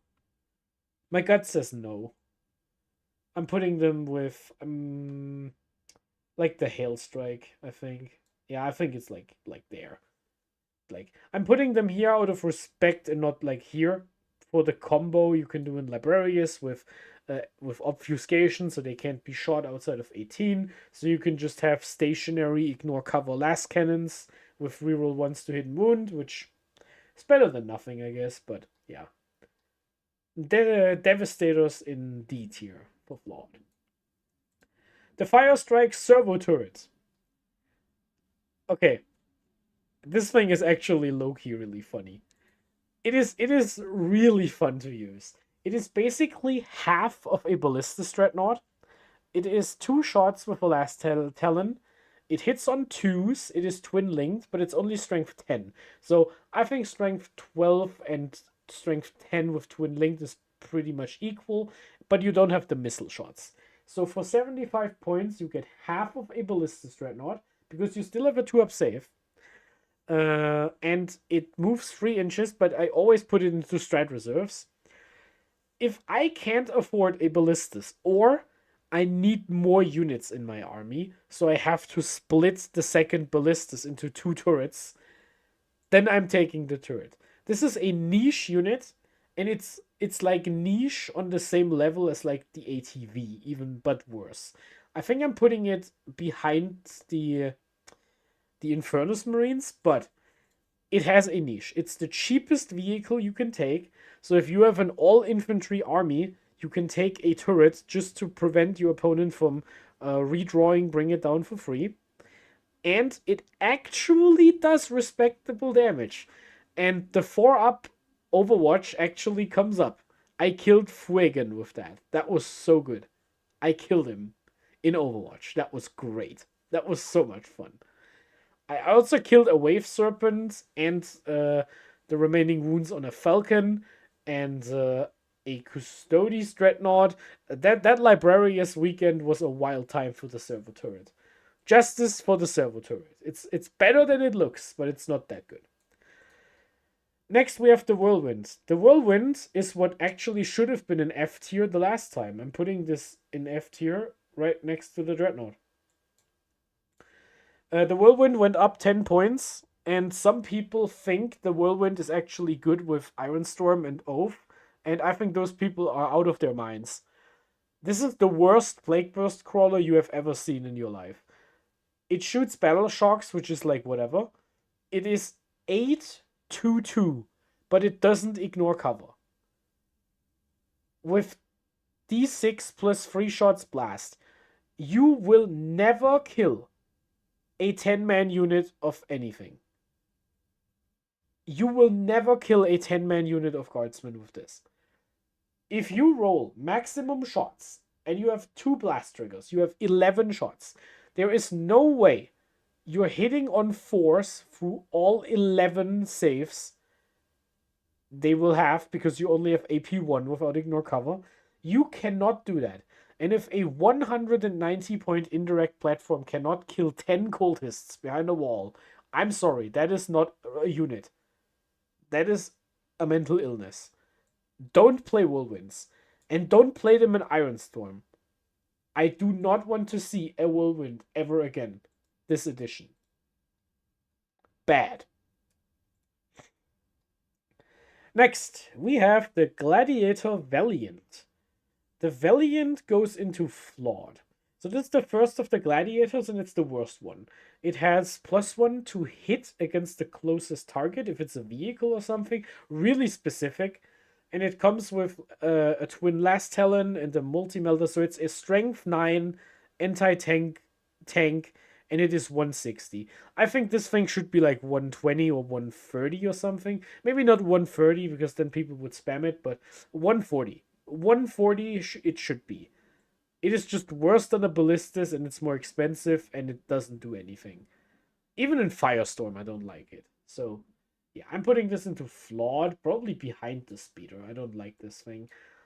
Above Devastators, because I respect Ironstorm more than Librarius combos that are worse than actually like better combos. Then we have the Gladiator Lancer. The Gladiator Lancer is pretty good, but it's not that good. I think it has to go into playable. I would say with the Assault Intercessors, because I do have to pay lip service to Ironstorm. In Ironstorm, you play 2 of these and they're completely fine. They're basically like incredibly consistent anti-tank tanks, and they will pick up enemy Ballistus Dreadnoughts. So if you want to creep on the enemy Ballistus Dreadnought, the Lancer actually kills it. Yeah, it doesn't have as much flexibility because it's lower shots. Because the Ballistus Dreadnought can just kill like a 3-man unit of Gravis Marines. Well, the Lancer probably doesn't, but yeah, Lancers, they're fine. Many people don't like them. I don't play any Lancers, but in Ironstorm specifically, I think they're playable. And they're not so much worse than a Ballistus to put them in niche. Next, we have the Captain. Now, I ranked the Captain really high previously. And the Captain didn't really change. The Captain didn't get worse, but the context of the list got worse. So here's the thing. If you are running Desolation Marines, they are soaking up adaptive strategy to switch doctrines every turn. Which means you cannot switch the Captain into Assault Doctrine. S tier, the Captain is not S tier. The Captain is really good. But the problem is I have to put the Captain into A tier, into B tier with the Assault Intercessors. Why? Why? This used to be my favorite package in the Codex. And the answer is because you are now taking Guilliman Calgar in every single list. And this is such an expensive package to have in addition to your expensive characters. You just need more units on the board. And I think this combo is just pushing it too far. Especially with the points going up. So yeah, I'm putting these into playable. I'm not saying you can't use this. Because I have the deepest respect imaginable for the Honor Vehement Captain. The Honor Vehement Captain is so awesome. But I think you just can't make space for it anymore. If you run Calgar Guilliman, which in my opinion you should right now. I think these 2 should start your list off. Unless you're doing something strange, like Librarius or Anvil Siege Force or Firestorm or something. Yeah. That's where we are. A tier for the regular Captain. Next we have the Gladiator Reaper. The Gladiator Reaper is pretty good. It's better than the Lancer, like by a long shot.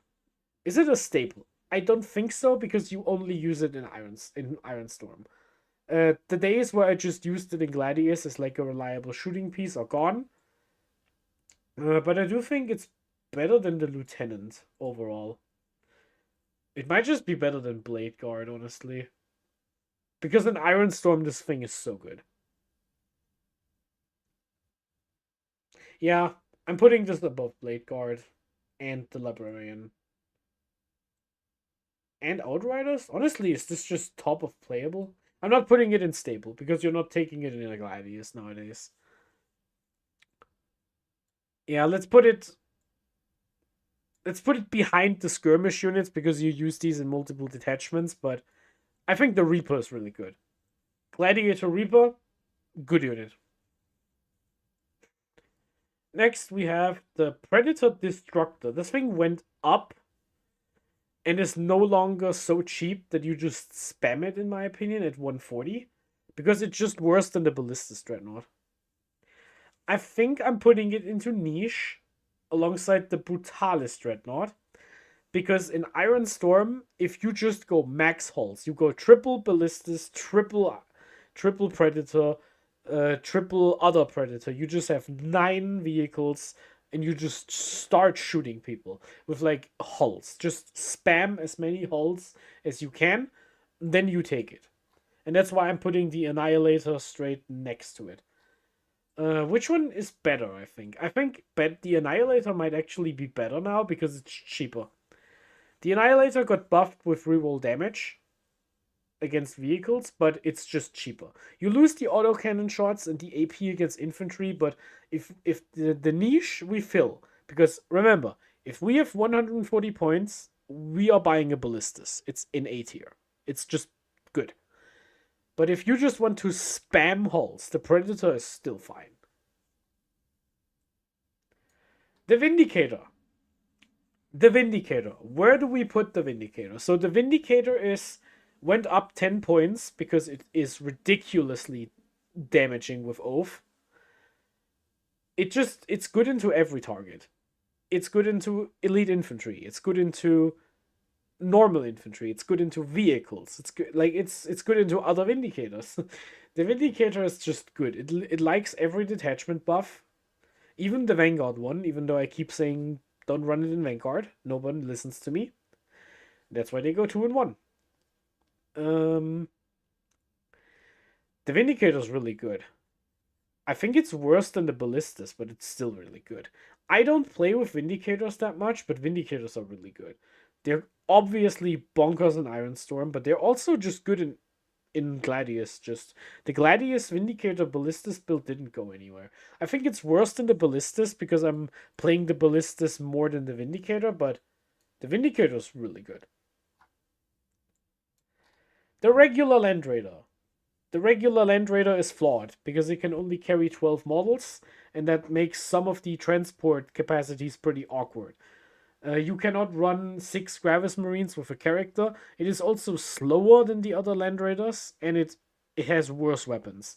Like, the last cannons are appreciated, but the Heavy Bolter is worse than the Assault Cannon, in my opinion, and you don't get the Grenade keyword. So, yeah. I think this thing is flawed. And it might be towards the bottom of flawed, like behind the Terminators, just because something's happening. Next, we have the Land Raider Crusader. This thing can carry a lot of models, but honestly, we don't really do anything with that in Ultramarines specifically. We don't have like big Crusader units or Sword Brethren to ferry around. And it is just worse than the Redeemer.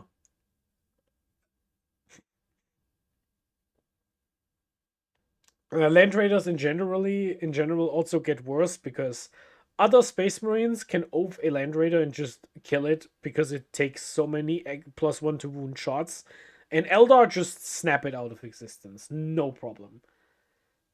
But the Land Raider chassis is not awful.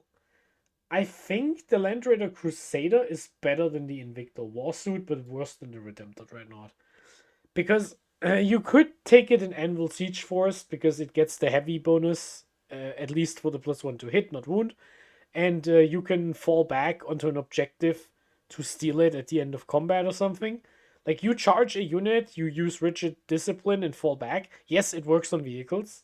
So that is something that happens. And you can put an 8-man Gravis unit into it. Though, again, you're probably not going to do that. But, yeah, I think it's better than the Invictor by a bit, but it's still flawed because it just doesn't do any damage. Though that's it. It's a bunch of twin-linked shots with +1 to wound. D tier. Now, the Land Raider Redeemer. Formerly a staple. The Redeemer suffers from pretty similar issues as other Land Raiders, in which a centerpiece vehicle is pretty easy to kill nowadays.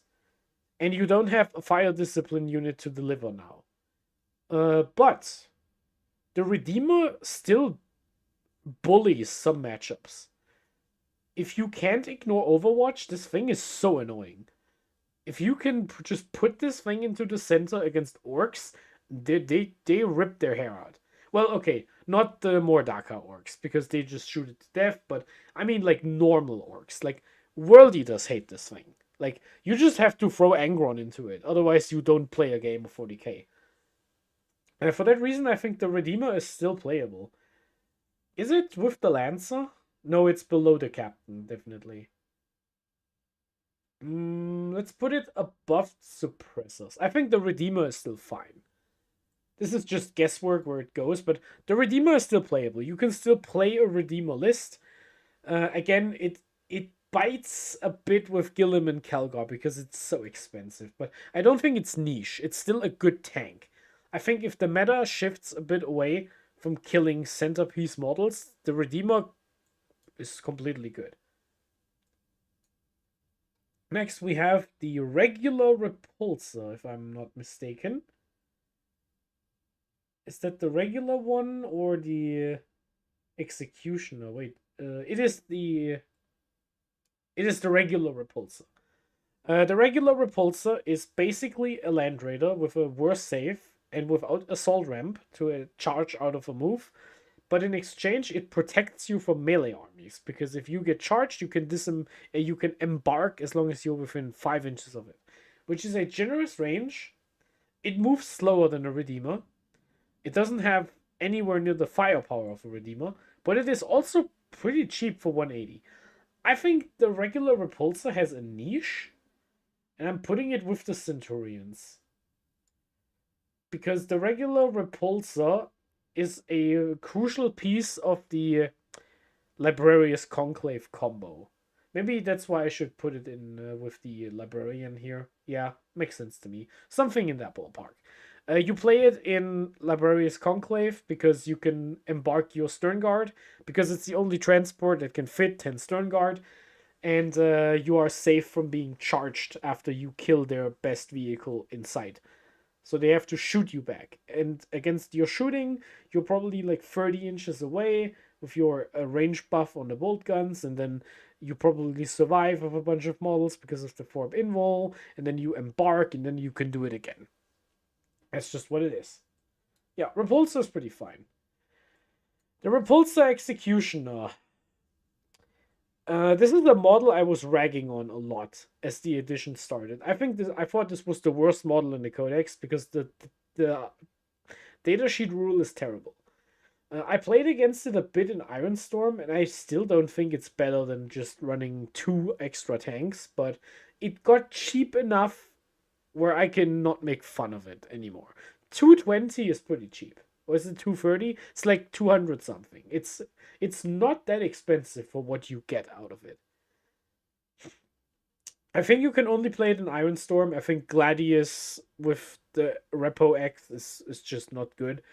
You're still not using the transport capacity that well, but at least it got buffed to 7, so you can now hold the same amount of models as in a Repulsor. So where do we rank it?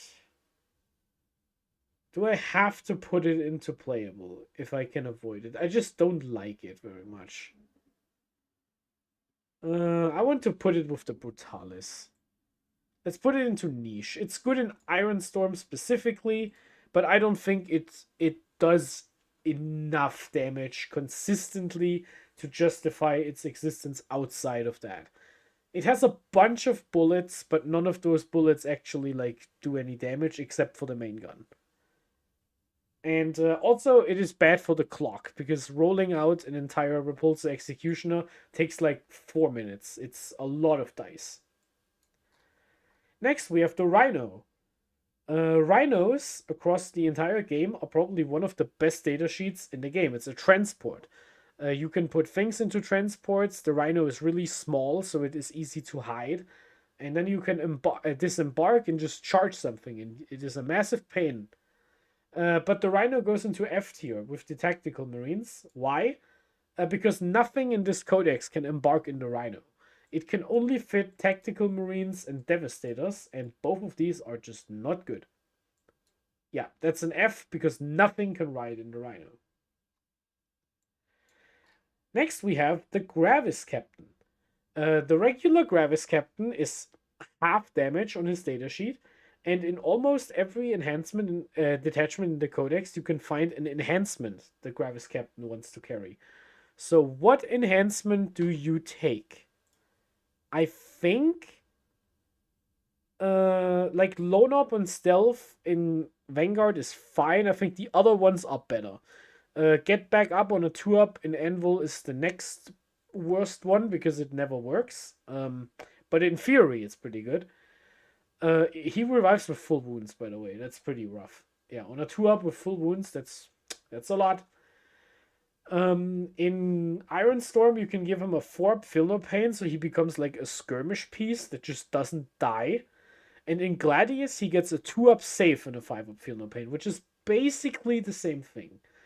In Firestorm, you can give him -1 damage, which after half damage means if you shoot him with 4 damage, that gets half to 2, and then that gets applied with -1, because you always do division and multiplication before the +1/-1, as it explains in the commentary. The modifiers come at the end. And you also get some rule against Melter and Torrent, which reduces damage to 1 always. So that is fun. So the Gravis Captain is basically just...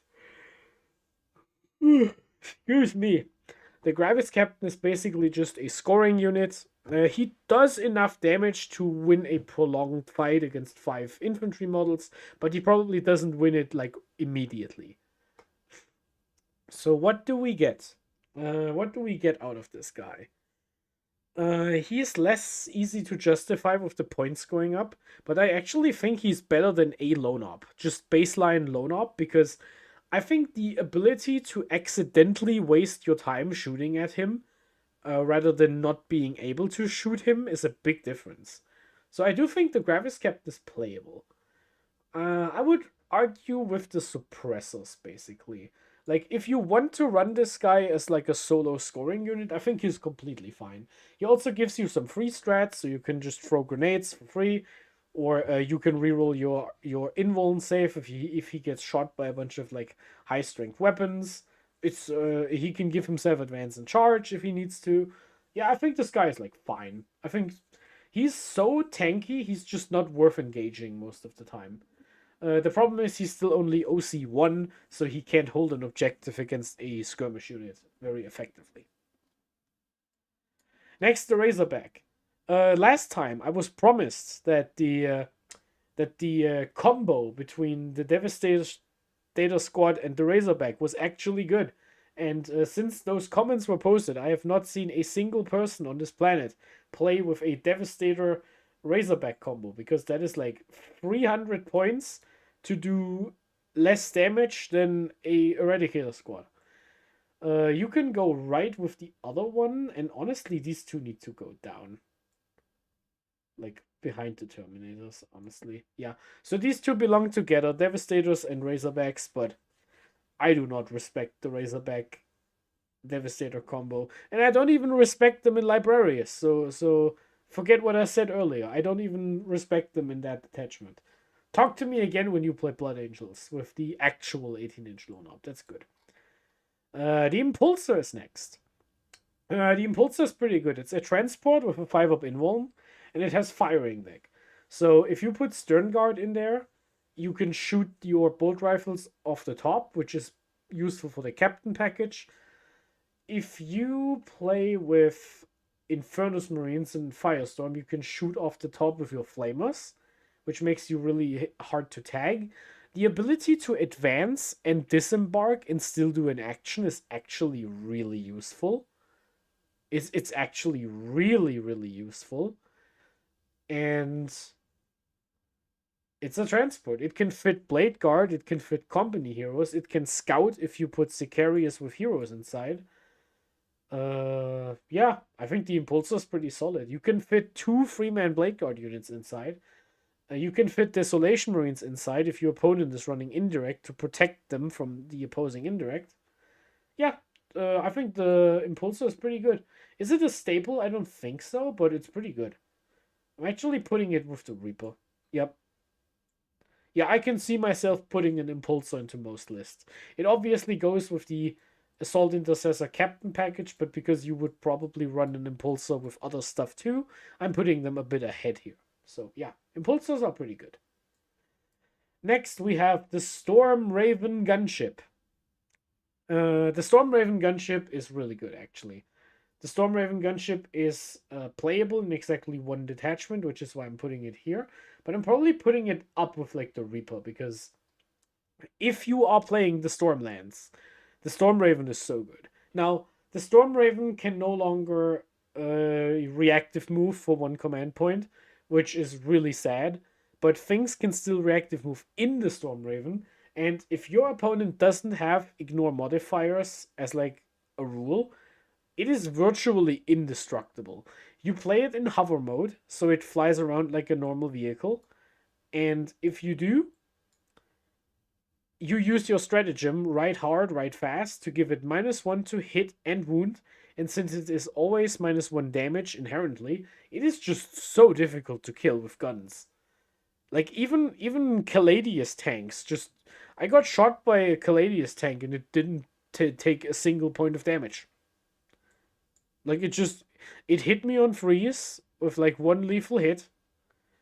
It wounded me on force with twin linked, which was 1 more save, and then I passed both, and then it didn't take damage. And it's not like an outrageous situation to imagine. Yeah. Good unit. B. Storm Raven in B. Next, we have the Stormhawk Interceptor or something. This is the one that is good against other aircraft, I think. This one goes into F tier, like at the bottom actually, because aircraft is bad. It doesn't get any good rules. It doesn't hover, and it doesn't do enough damage. Maybe you can make an argument for the next one, which is the Storm Talon gunship or something. This is the version that gets +1 to hit against non-flying models, like infantry. You can maybe make an argument that you can play this against Eldar. You rapid ingress it in, you fly into their backline, and you just kill all of the squishy elves with your autocannon and stuff. But man, I don't know if I want to play an aircraft unit if I could just deep strike some Inceptors in there and just do it that way. So yeah, aircraft remains in the F tier now. Yeah, aircraft is bad. The drop pod. The drop pod is flawed. Now, the drop pod does the following thing. You can deep strike on turn 1. That's what the drop pod gives you. And you have to disembark the unit inside. However, the drop pod has a bunch of flaws. Number 1. You can only fit 10 models in there and no Gravis models. That means you cannot run like 10 Hellblasters with a character in a drop pod. Doesn't work. You can't attach a character because you have 10 models locked. Second, you cannot charge out of a drop pod because your transport counts as moved, and if you disembark from a moving transport, you cannot charge. And third, if your opponent has any rule that allows you to fall back and shoot, they can use the drop pod as a safe I cannot be shot shield. Basically, what happens? You drop the drop pod close to your opponent because you don't know any better. Your opponent kills the unit you dropped out. You maybe traded or whatever. And then their opponent's unit, like a big knight, like let's say a big knight, a big knight. No, wait, they can't fall back and shoot. Never mind. Something that can fall back and shoot. What can fall back and shoot? That is like really good. A Riptide Battlesuit. There we go. A Riptide Battlesuit. You playing against Tau. The Riptide charges your drop pod. You cannot shoot the Riptide. No, wait, it's a vehicle. God damn it. Ghost Keel? No, it's a vehicle. There is something going on with the fallback and shoot. Like Eradicators in Tactical Doctrine, whatever. So to the point. They charge the drop pod. They don't do damage to it because they only pile like pointless strength 4 attacks into it. It's your turn. You can't shoot the unit that is engaged to the drop pod. And then in their turn, they fall back and they shoot you. And then they charge back in. So they just use this as a free loan op, basically. Until you can charge them off of your drop pod, you basically lock yourself out of interaction. And that's why the drop pod is flawed. I'm putting it with the Devastator squad. Now, will I use the 10 Infernus Marines in a drop pod just for fun? Maybe, because it is actually pretty fun, but you never know. That's what it is. Next, we got the Hammerfall Bunker. The Hammerfall Bunker is a vehicle, a building. It cannot move. It's deployed in your deployment zone. It basically has the direct fire weapon of the Desolation Marines in addition to some heavy bolter shots. And it can use the Overwatch stratagem for free. It is 175 points for a model that can't move, can't do actions, and basically does no damage. This is even worse than the aircraft, because at least the aircraft can go somewhere and shoot there. Terrible. Don't play it. F tier. Last but not least, and I promised I would talk about this guy. Okay. The Phobos Lieutenant has often been joked about by me as one of the worst units in the game. The Phobos Lieutenant is 70 points for a captain. Excuse me, the Phobos Captain, not Lieutenant.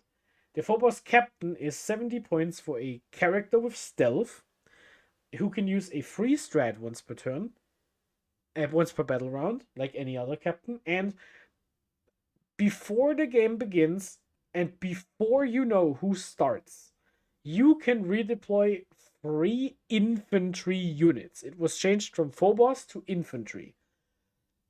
Redeploy before you know who goes first is usually just not worth taking, especially if it costs you a unit instead of like an enhancement or something. Here's the thing though, and here's what you are doing if you want to save the Vanguard. You take the Phobos Captain, you give him the Shadow Weave, Ghost Weave Cloak, or whatever it's called, to make him a lone op. And then you redeploy your Centurions into the safest angle you can see in your deployment zone. You pick an angle your opponent can't shoot them, but you can move out and shoot back if they expose themselves. You can do that because you know where everything is before the game begins, even if you don't go first. That's the savior of the Vanguard, if such a thing exists. Now, as a lone op, the captain can also just sticky objectives for free and put himself back into reserves for like a sneaky secondary card. It's pretty difficult to screen out a 40mm base once turn 3 is going on, so that is something. The Phobos Captain gets a niche from me. And he's going right with the Centurions. These two are like with each other. Because this is the only hope the Vanguard Spearhead has to be even remotely relevant. So where do we end this tier list? Let's delete the talking tier and look at the tier list. So in S tier, we have Calgar, Guilliman, and Scouts, because these units are in every single list. In Staple, we have regular Intercessors, the Ballistus Dread, the Vindicator, the Combi Lieutenant, Heroes, Infiltrators. Honestly, maybe Infiltrators are ahead of Heroes, but I'm leaving them there out of respect. We have Incursors and Reivers, and Inceptors, and the Hammer Strike, and Eradicators, all in A tier. In B tier, we have Tigurius. We have the Apothecary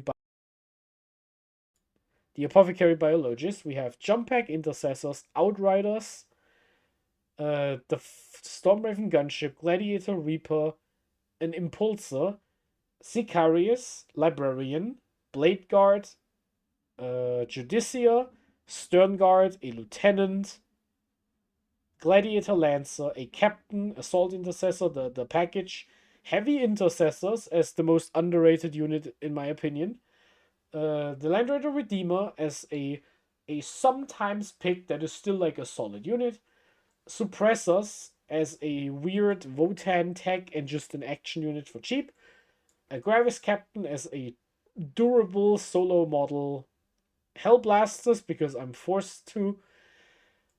Desolate in C tier for has a niche. We have a lot of niche units here, actually, but I feel justified putting all of them here. Desolation Marines, Assault Centurions, the Phobos Captain and Centurion Devastator combo. Aggressors, they actually might be ahead of the Centurions. Yeah, I think so, because you can play aggressors in every detachment, while the other two are only good in one detachment. The problem is, aggressors are just too expensive, but they're not so expensive that they would be flawed. Uriel Ventris, the Tech Marine, Repulsor Executioner. Honestly, the Tech Marine is probably worse than the Repulsor. The Phobos Librarian, in case you need to be protected against range, or you play Conclave and you need more Psychos. The Captain with Jump Pack to make into a lone op for rapid ingress. The Invader ATV, Librarian in Terminator armor with Assault Terminators as a package in Librarius. The two Predators. Oh, wait, that's the regular Repulsor, right? Oh, yeah, wait a second. Yeah, it's like here. The Predators to just spam more holes. Wait, in that case, it is spam. A regular Predator to spam more holes. The Repulsor Executioner to just do more Ironstorm stuff. The Brutalis, because you might want the charge models and you might like Advance and Charge. I don't like it, that's why it's here. Infernus Marines as a potentially good unit in Overwatch in Firestorm, where they go to strength 6, but they're just expensive and they don't do enough in other detachments. The Firestrike Servo Turrets, the Chaplain on Bike, the Bladeguard Ancient as the cheapest unit in the book. Indeed, you're flawed. Titus, he just doesn't do enough for 70 points. Eliminators, too expensive.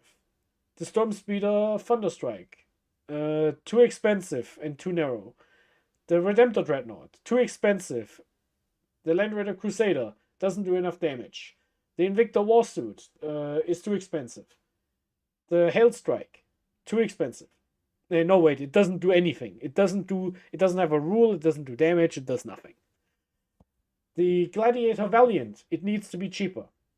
The Chaplain in Terminator armor, the normal Chaplain, and the Chaplain on Jump Pack. These guys need to do something else than +1 to wound. Otherwise, you will not see them in Ultramarines. The Lieutenant in Phobos armor. This guy can do some action stuff, but he's really just not necessary.